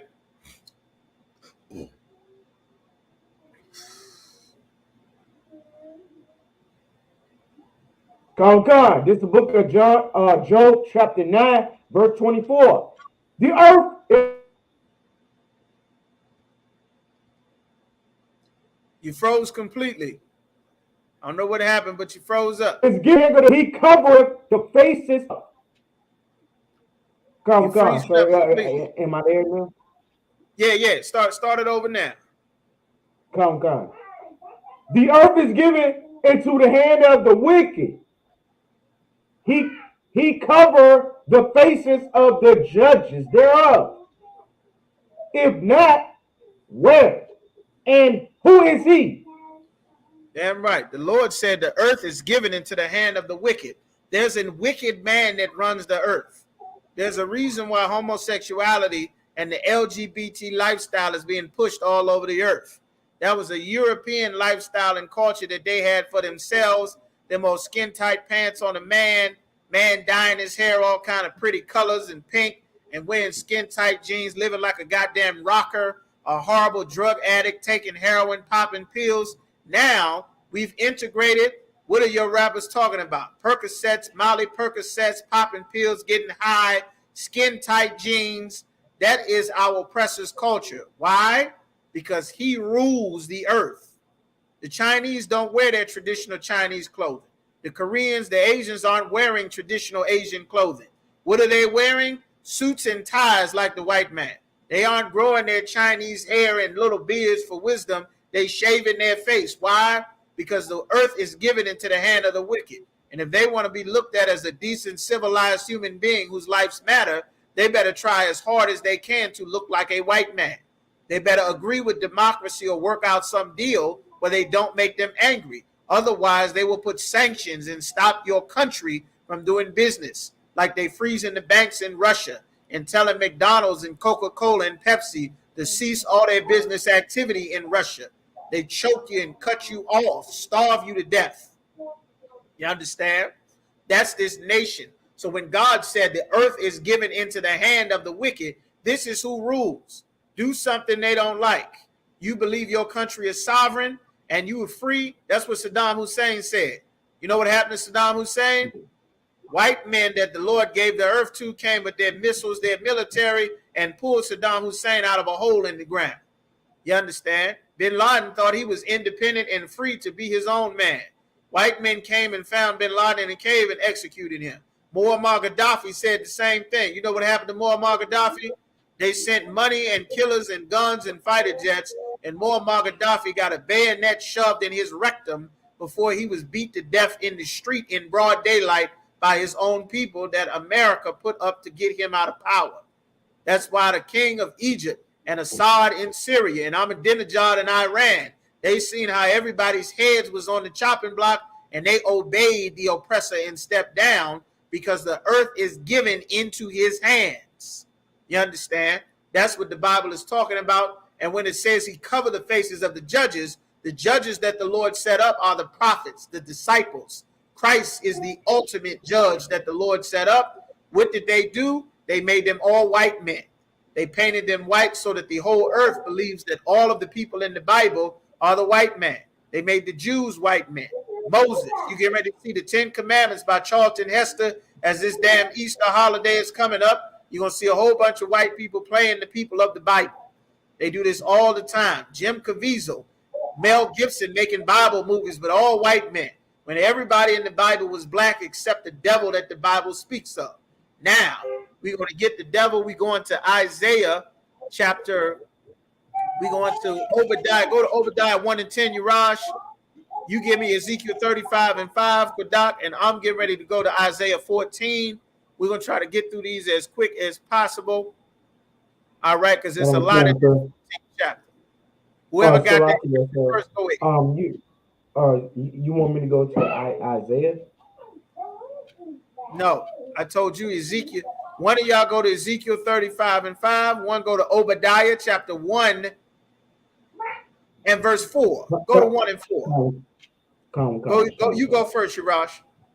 Come, sir. Obadiah chapter 1 verse 4. Go, thou exalt thyself as the eagle. Who makes themselves the eagle? This is who the scriptures is talking about. Again, we have that eagle. That eagle is the symbol of the Edomites, of our oppressor. Keep reading.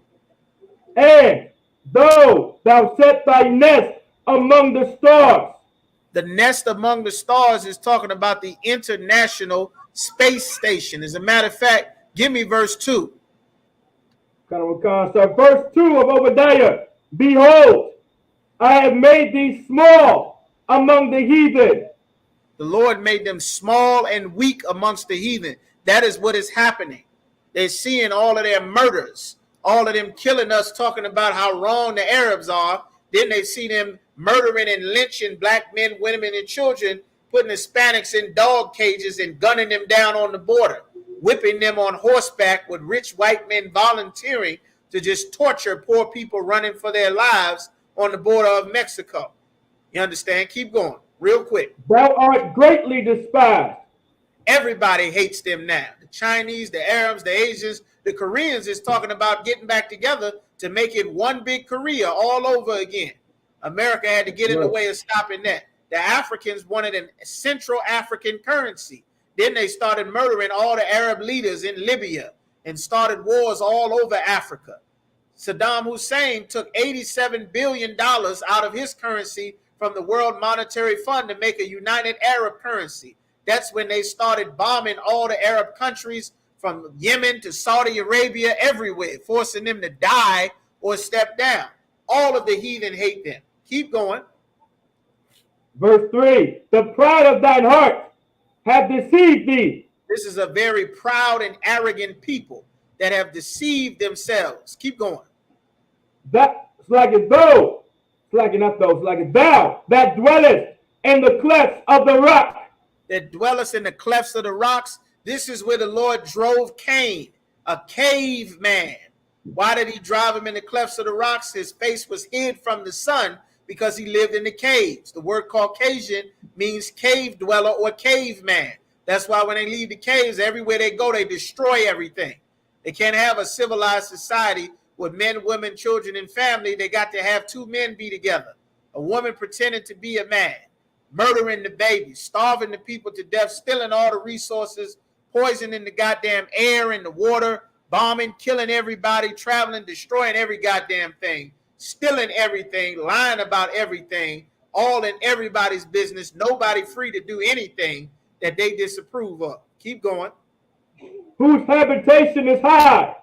They live very high. That's why they make skyscrapers. That's why they have the penthouse.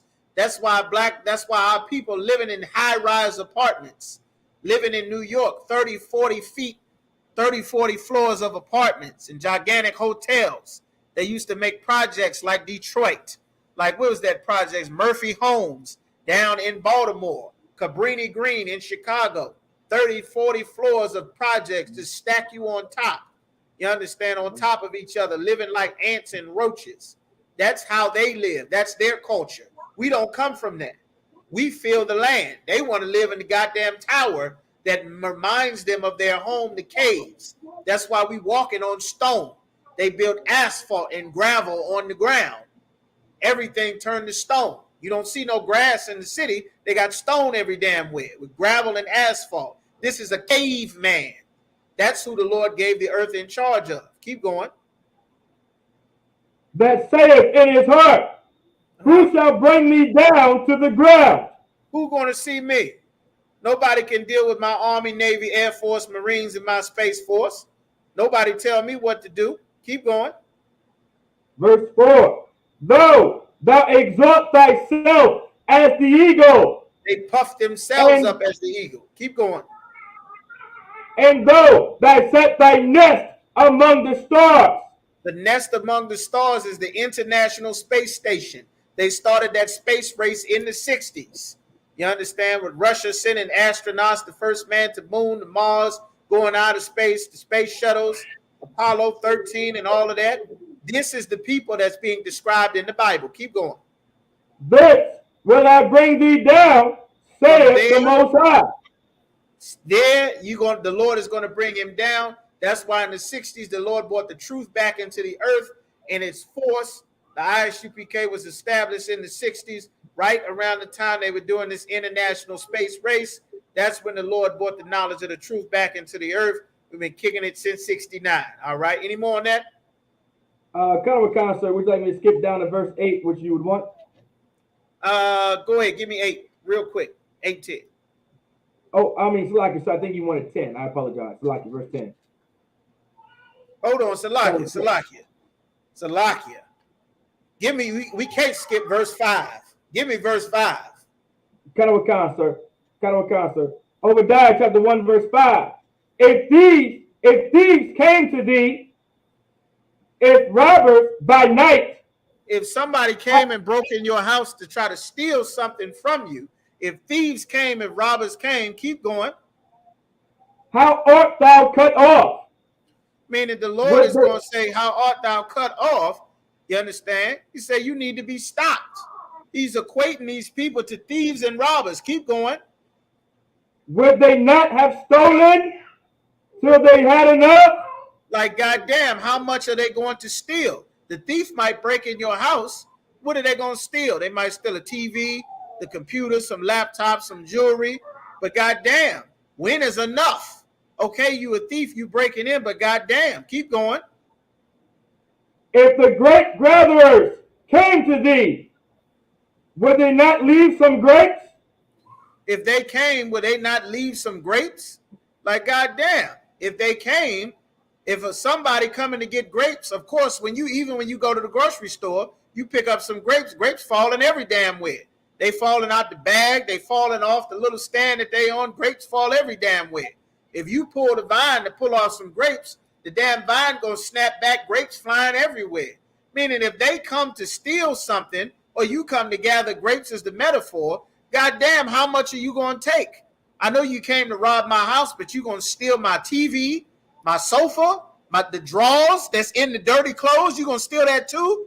You gonna steal my forks? You gonna take the plates out the cabinet? You gonna steal my carpet, my drywall, my toilet, my sink, my used bar of soap? Like, goddamn, these people steal everything. They stole our land. They stole us.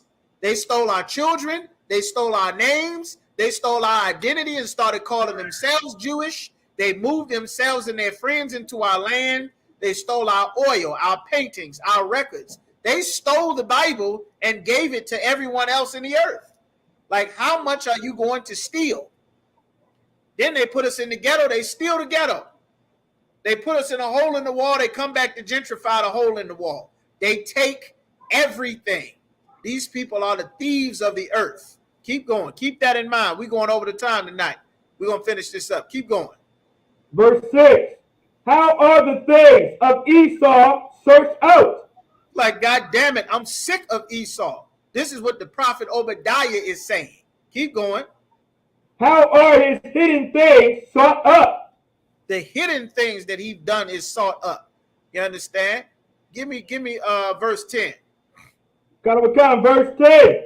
For thy violence against thy brother Jacob,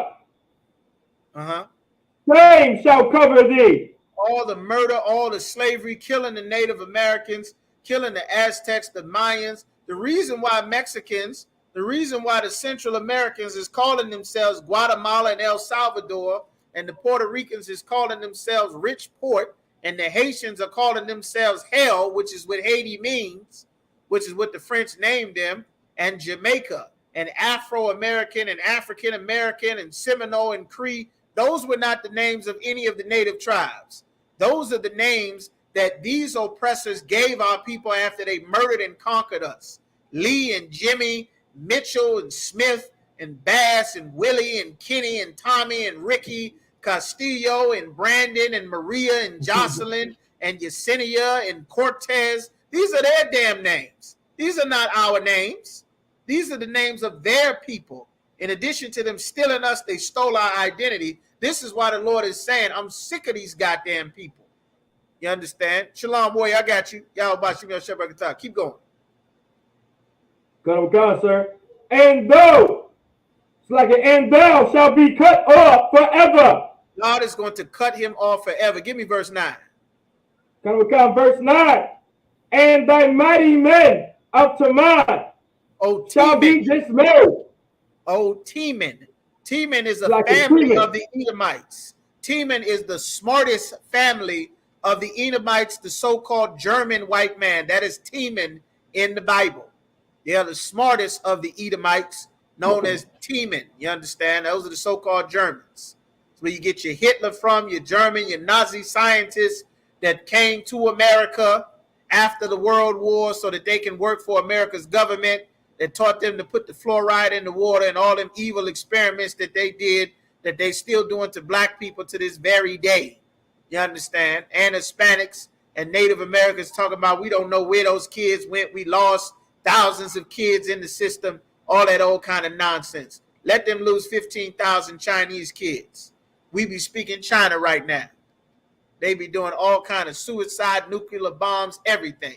Every carryout will be launching guerrilla warfare on America all across this country if they lost 15,000 Chinese kids the way they lose Mexican and Central American kids. That's why the Lord said they're going to be cut off forever. Keep going. Cut with God, sir.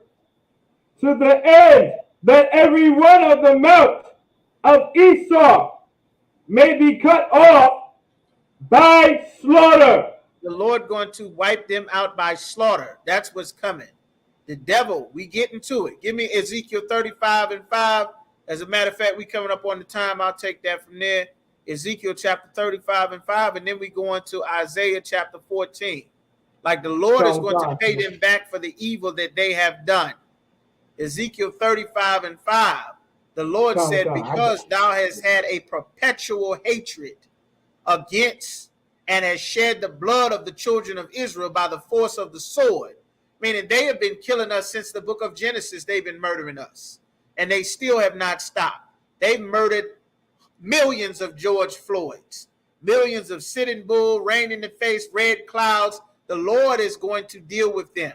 Now is coming their time to pay, the very beginning of them paying for their evil. You understand? By the force of the sword in the time of their calamity, in the time their iniquity had an end. We're supposed to come out of sin, come out of our punishment. They extending the punishment on us. The Lord sold us into slavery, but he didn't intend for them to tell us to get high and smoke crack and shoot up heroin and end up dying of AIDS. He didn't intend for them to put us in this homosexual Christian religion and turn boys into men that want to be women, and women trying to be a goddamn man, talking about they don't need a man, while they die of everything and their kids get gunned down in the street or end up in prison and getting abused every way to Sunday. Like they did this to us. The Lord did not intend for this. The Lord said they forwarded the punishment. This punishment was supposed to be over. They continued to punish us beyond what the Lord had intended. You understand? It says in the time of their calamity, therefore as I live, the Lord said, he's swearing it. I put this on myself. Saith the Lord God, I will prepare thee unto blood. That Russia and Ukraine is the beginning. The Lord is preparing them for blood, and blood shall pursue thee. Sith thou hast not hated blood, even blood shall pursue thee. Like the Lord is going to have blood chasing them. You understand? That's why it's important. You got to stay away from them. The Lord got something horrible coming for Esau. The Russians, the Germans, the Dutch, the French, everybody, Spain, Portugal, the Americans, the Lord saying, stay away from them. The Lord got horrible things coming for them and all of the other nations. Now we go into Isaiah chapter 14 and verse 1. For the Lord will have mercy on Jacob. The Lord going to have mercy on the children of Israel and will yet choose Israel, so-called blacks, Hispanics, and Native Americans, and shall set them in their own land. Right now, we in America, the Caribbean, North, South, Central America, we all in prison cells all over in Brazil and Peru. That's not our land. Our land is in the Middle East. We come from the lands that I named. That whole Middle East is our land. But all of those people got to go to World War III before they get the hell out of our land. They're not just going to pack up and move. The Philistines didn't pack up and move. The Canaanites didn't pack up and move. The Jebusites and Girgashites and Bashanites and the Amorites and the Hittites and Perizzites and Jebusites and Girgashites, they didn't just pack up and move. The sword of Joshua moved them. That's how they got the hell out of our land. The Lord is going to bring a sword through. Ain't going to be no happy song at the end of this. Not for them. You understand? The earth is getting ready to get put back in its rightful order. You understand? We going way over the time, probably 20, 30 minutes or something. Y'all just hang in there, all right? Just make sure you sign in for attendance. Instagram, Facebook, everywhere you all sign in for attendance, all right? We get you, take you down. It says, and the strangers, the people who are not Israelites, shall be joined with them, and they shall cleave to the house of Jacob. Sounds like everybody going to get the salvation that we going to get. But here is what's really going to happen. And the people shall take them.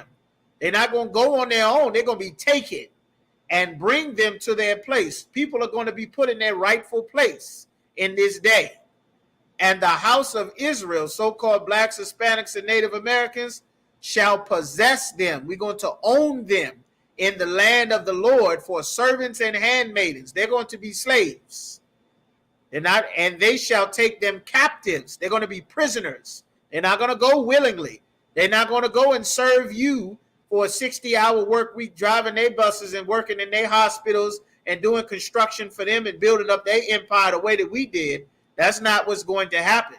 They're going in iron and chains and thorns, getting whipped and beat with salt and vinegar and hot sauce in their wounds. You understand? That's how they're going.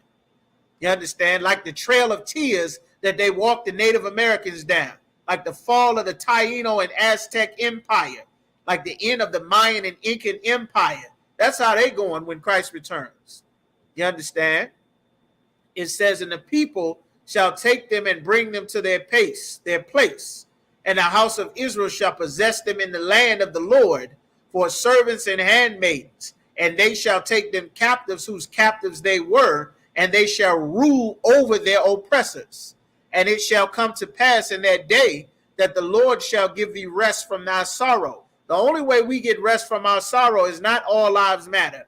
It's not protesting and holding up a sign and beating the tambourine and crying and praying and putting up teddy bears and we shall overcome and rainbow coalition and integration and having a national day of prayer, or everybody bow and take the knee, or you let white people sing rap songs with you, or you let Justin Timberlake and Adele sing soul songs with you and you welcome them into the neighborhood, or you go have sex with their woman like Martin Luther King and tell them I ain't no effing N-word tonight.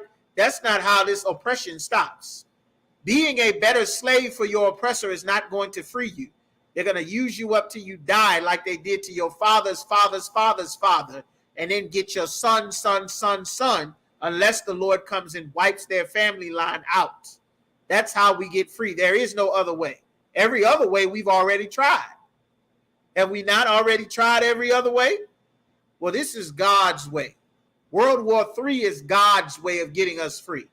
You understand? We tried to go back to Africa, and the Africans ate us. That was what was in the Liberian Civil War. They were eating our people. You understand? And the Lord said he's going to give us rest from thy fear and from the hard bondage wherein thou made to serve. You understand? And now let's see right here. The Lord have broken the staff of the wicked and the sepulcher of the, which is that thing that you hold in your hand to show you got power, the sepulcher of the rulers. They got power and authority, the Russians and Germans and the Dutch, the Portuguese, the French, Spain, the American white man. They got great power and authority over us. He who smote the people in wrath with a continual stroke. They were continually hitting us, putting their knees on our neck. They broke Freddie Gray's neck. They broke George Floyd's neck. They continuously been doing this to our people. This is what the Lord has been saying. All right. It says he smote the people in wrath with a continual stroke. He that ruled the nations in anger and persecuted, and none hindereth. From Alexander the Great to the Roman legions, to the army, the navy, the air force, the Marines, the Green Berets, the Delta Force, the FBI, Europol, Interpol, Spetsnaz, the Russian intelligence, the CIA, the DEA, the FBI. They continually ruled in power and authority over everything.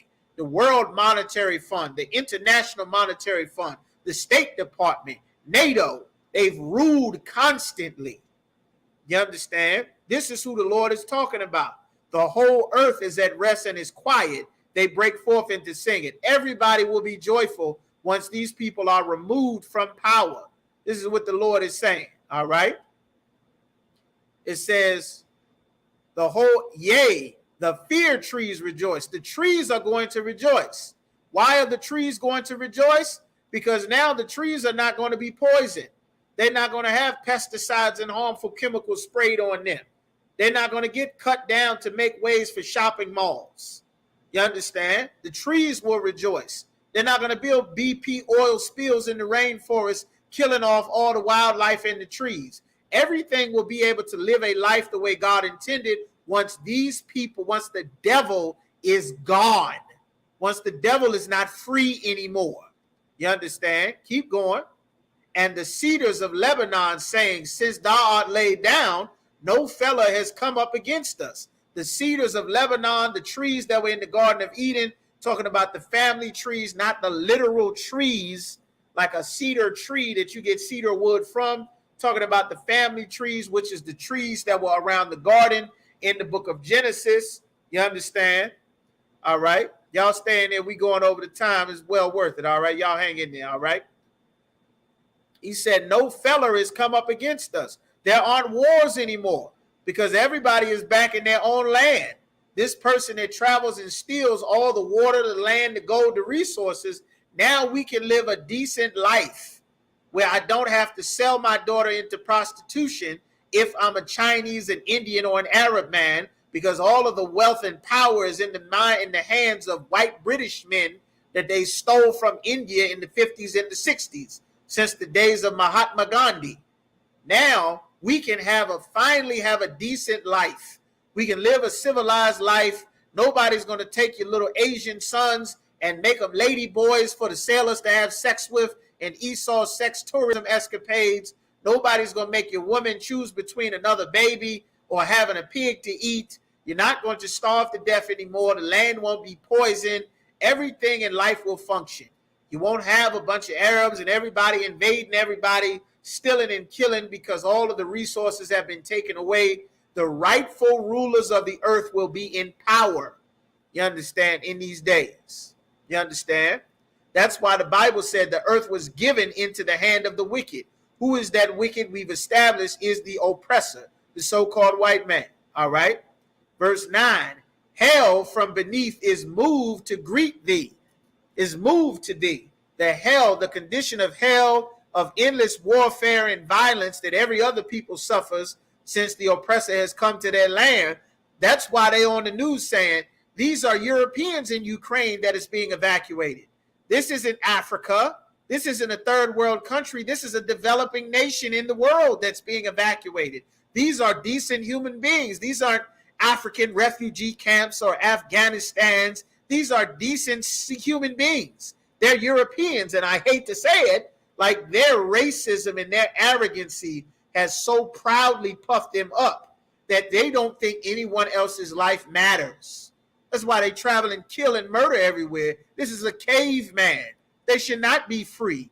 They should be in iron and chains in a dungeon somewhere that you got to carry out with 4 men holding chains and iron so that they don't get loose like a monster. You understand? It says, hell is moved to greet thee at thy coming. It stirreth up the dead for thee. All the chief ones of the earth, all the armies of the earth, they're ready for you to get this World War III. It have raised up their thrones of all the kings of the nations. This is the governments of the nations of Russia, Turkey, Saudi Arabia, China, Korea, Iran, everybody getting ready to get in this. This is how you get the peace that comes in the previous verses. The Lord brings the devil into World War III. All they that speak shall see thee. Art thou become weak as we? You're supposed to be a good white man. Are the Ukrainians running? Are the Ukrainians running from war like the Afghans and the Africans? Are they a refugee fleeing their home like a Mexican, like a Guatemalan or El Salvadorian? Is their home not safe, filled with warfare and violence, that they are in fear for their lives? Are white people being made refugees by other white people? That's what this scripture is talking about. That's what's happening right now in Russia and Ukraine. Barakatah Yahweh Yahweh Shai. Art thou become weak as we? Art thou become like unto us? Are you a third world country with all kind of bombs and tanks and getting invaded? When the last time the European country has been invaded? Hitler? When the last time tanks from one Edomite invading another Edomite? These is white people attacking each other like they're Africans, like they're Arabs, like rival drug dealers in the black neighborhood, like rival drug cartels in Mexico and Central and South America. Have they become like all the rest of us? That's what he's asking. You understand? Verse 11, Thy pomp, thy arrogance is brought down to the grave. You getting ready to die like everybody else has been dying. The noise of thy vows, all those songs that you singing, God bless America, we free and proud to be this and that, and no one can touch me and all of that. The Lord said you are going to be touched. That's what the Lord has said. And the worm is spread under thee, and the worms cover thee, meaning destruction and decay is getting ready to eat your empire alive. COVID is coming. You understand? The new COVID, all the diseases and plagues that the Lord sent of Egypt, they are coming to wipe out your empires. Civil war is coming. World war is coming. You and your own people is fighting against each other. This is what Christ prophesied about in Matthew, the 24th chapter. You understand? Let's get some more. How art thou fallen from heaven? Where is heaven? Your status of power, of authority, of rulership, of being the moral authority on the earth. Now they see that you the murderer. They see you killing black men on the camera with their hands up. They see you shooting people in the back. They see you beating and killing innocent women in their sleep, like a Tatiana Jefferson and Breonna Taylor. They see how you a murderer. They see you stealing and robbing and killing, like the president of Korea, Mr. Rocket Man, said, y'all murdering poor black boys in the ghetto, like Tamir Rice. Talking about Korea's civil rights violation. Look at your human rights violations. Have you become like one of us? That's what this is talking about. How art thou fallen from heaven, your position of power and authority, O Lucifer, son of the morning. They even have the show in their spirit. There's a TV show called Lucifer that's on Netflix. 6th season, telling you exactly who Lucifer is. A nice white man playing Lucifer. It's a good show. I enjoy the hell out this show because I know the Bible. You understand? Y'all might want to check it out. It says, how art thou fallen from heaven, O Lucifer, son of the morning? You bring bright and shining. You supposed to be NATO and UNICEF and dropping food from the sky. And when you see the Americans, they bring in those NATO helmets and America and morality and all of the rights and stopping the evil Africans and Arabs and bringing all of the goodness like Spider-Man and Sleeping Beauty and Cinderella and Jesus and Moses and God and the angels. Now you fallen from that position. Nobody looking at you like Jesus and angels and Mary. You're not Sleeping Beauty no more.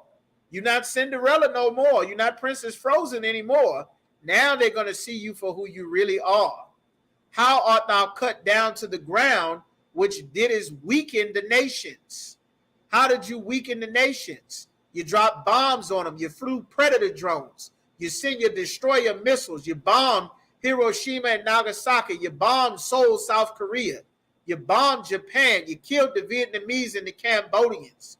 You weakened the nations, turning their countries into brothels, all in Indonesia, all set up by the British, all in Malaysia, all in Asia, all of them islands all over there in Bangladesh, all in Sri Lanka, all of them sex trafficking rings that the British set up, all of that heroin and opium that you smuggled from India and Afghanistan, and you spread it all across the world.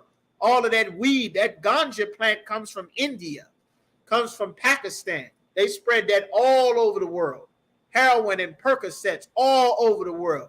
Cocaine and heroin all over the world. You did this. Your CIA, your FBI, your government chemist. You created the Taliban and ISIS, training up Mujahideen fighters to fight the Russians when they invaded Afghanistan. You did this. There was a man that did this. You understand? It says you weaken the nations. You put economic sanctions so that they can't function. You destroyed them. You understand? It says, for thou said in thy heart, I will ascend into heaven.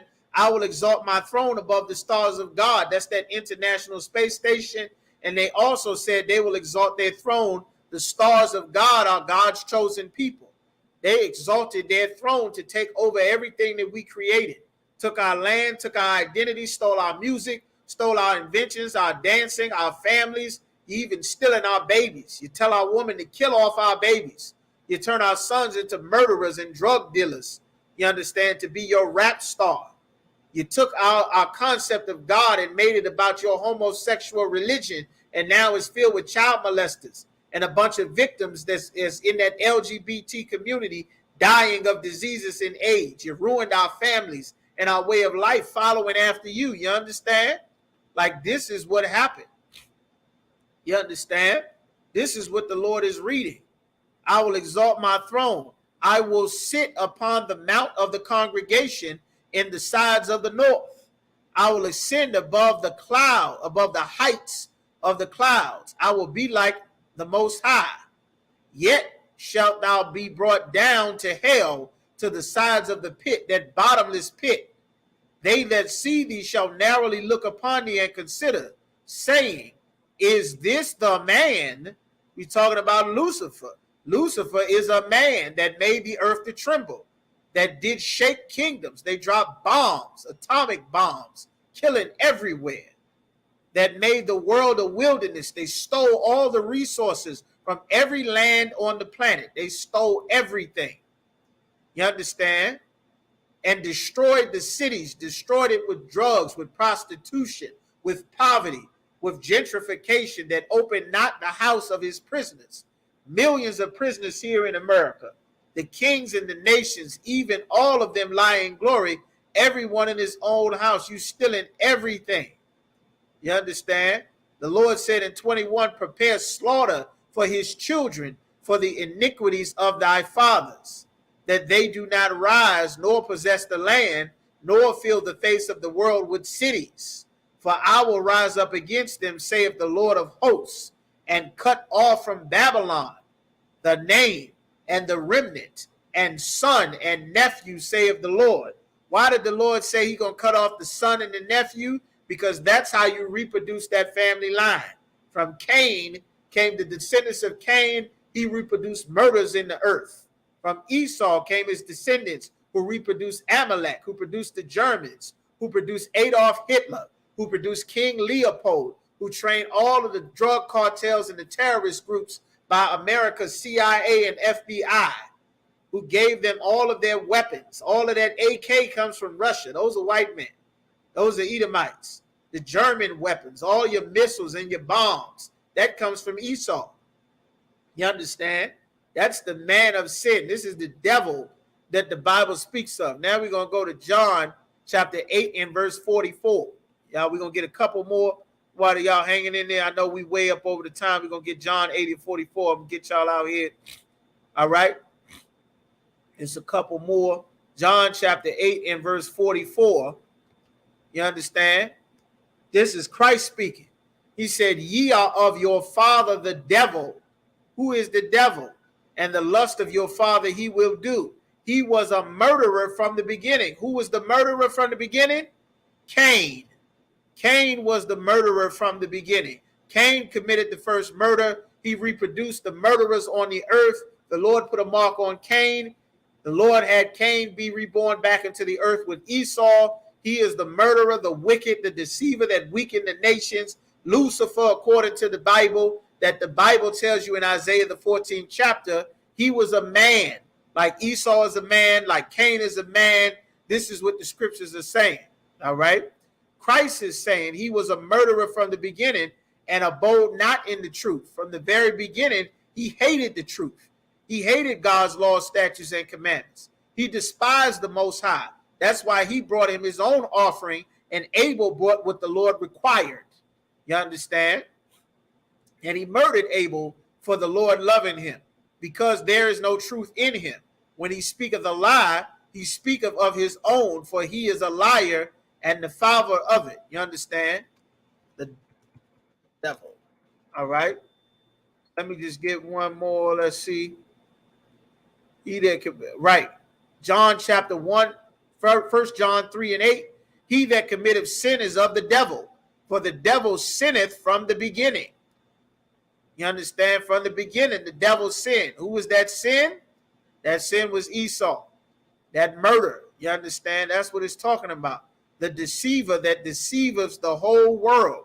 1 Peter 5 and 8 tells you, be sober and vigilant, because your adversary, your enemy. Who is your enemies? The Lord said, ye shall be sold unto your enemies for bondmen and bondwomen. In Genesis 28 and 68, your enemy, your adversary, the devil, as a roaring lion walketh about seeking who he may devour. Like, this has always been our enemy from the very beginning. You understand? The devil that the Bible speaks of, our oppressor, the white man, is the devil that the Bible speaks of. The deceiver, the murderer from the beginning, and the Lord put the mark on him. All right? Deceiveth. Deceiveth.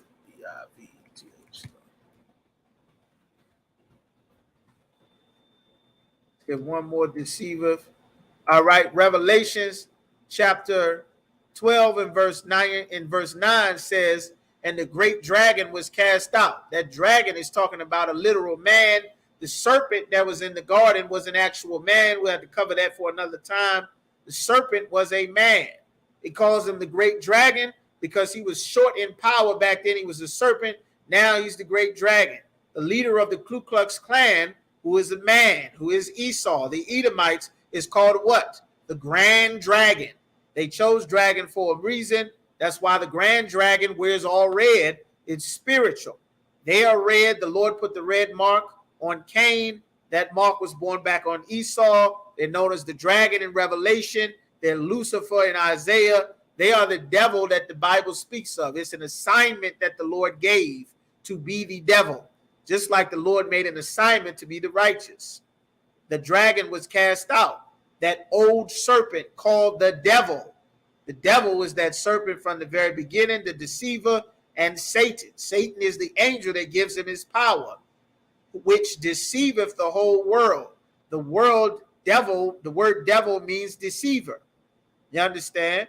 He was cast out into the earth, and his angels were cast with him. This is talking about the war in World War III that is coming. His power and authority ruling the earth is coming to an end. That is what you're seeing in the beginning of World War III. Russia and Ukraine, other nations are getting dragged into it. The Africans is jumping in.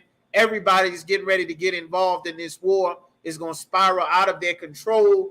You understand? This is what the Bible is prophesying with that. We way over the time. Why are y'all hanging in there? With that, we are the Israelite School of Universal Practical Knowledge. Start out of 1 West 125th Street in Harlem, New York. You understand? We are not affiliated with any other Israelite group. If you're not an ISUPK, you're not in the truth.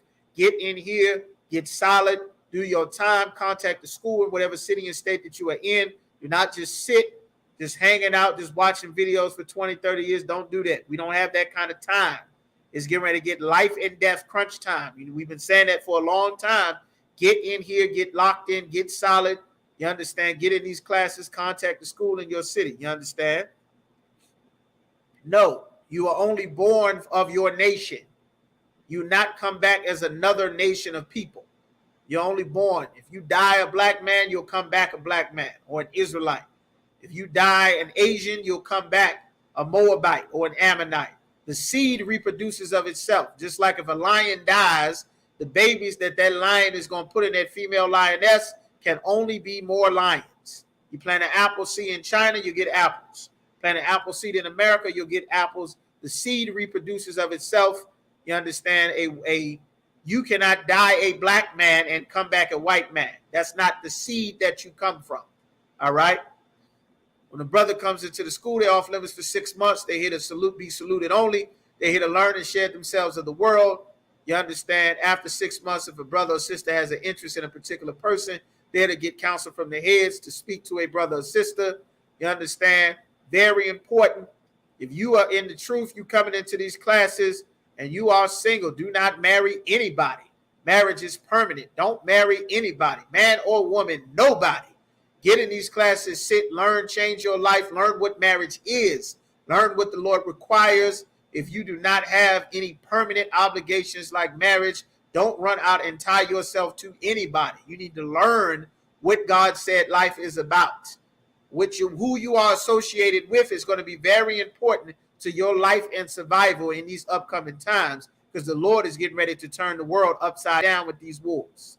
Empty gas stations, empty grocery stores, famines. The school's going to be shut down.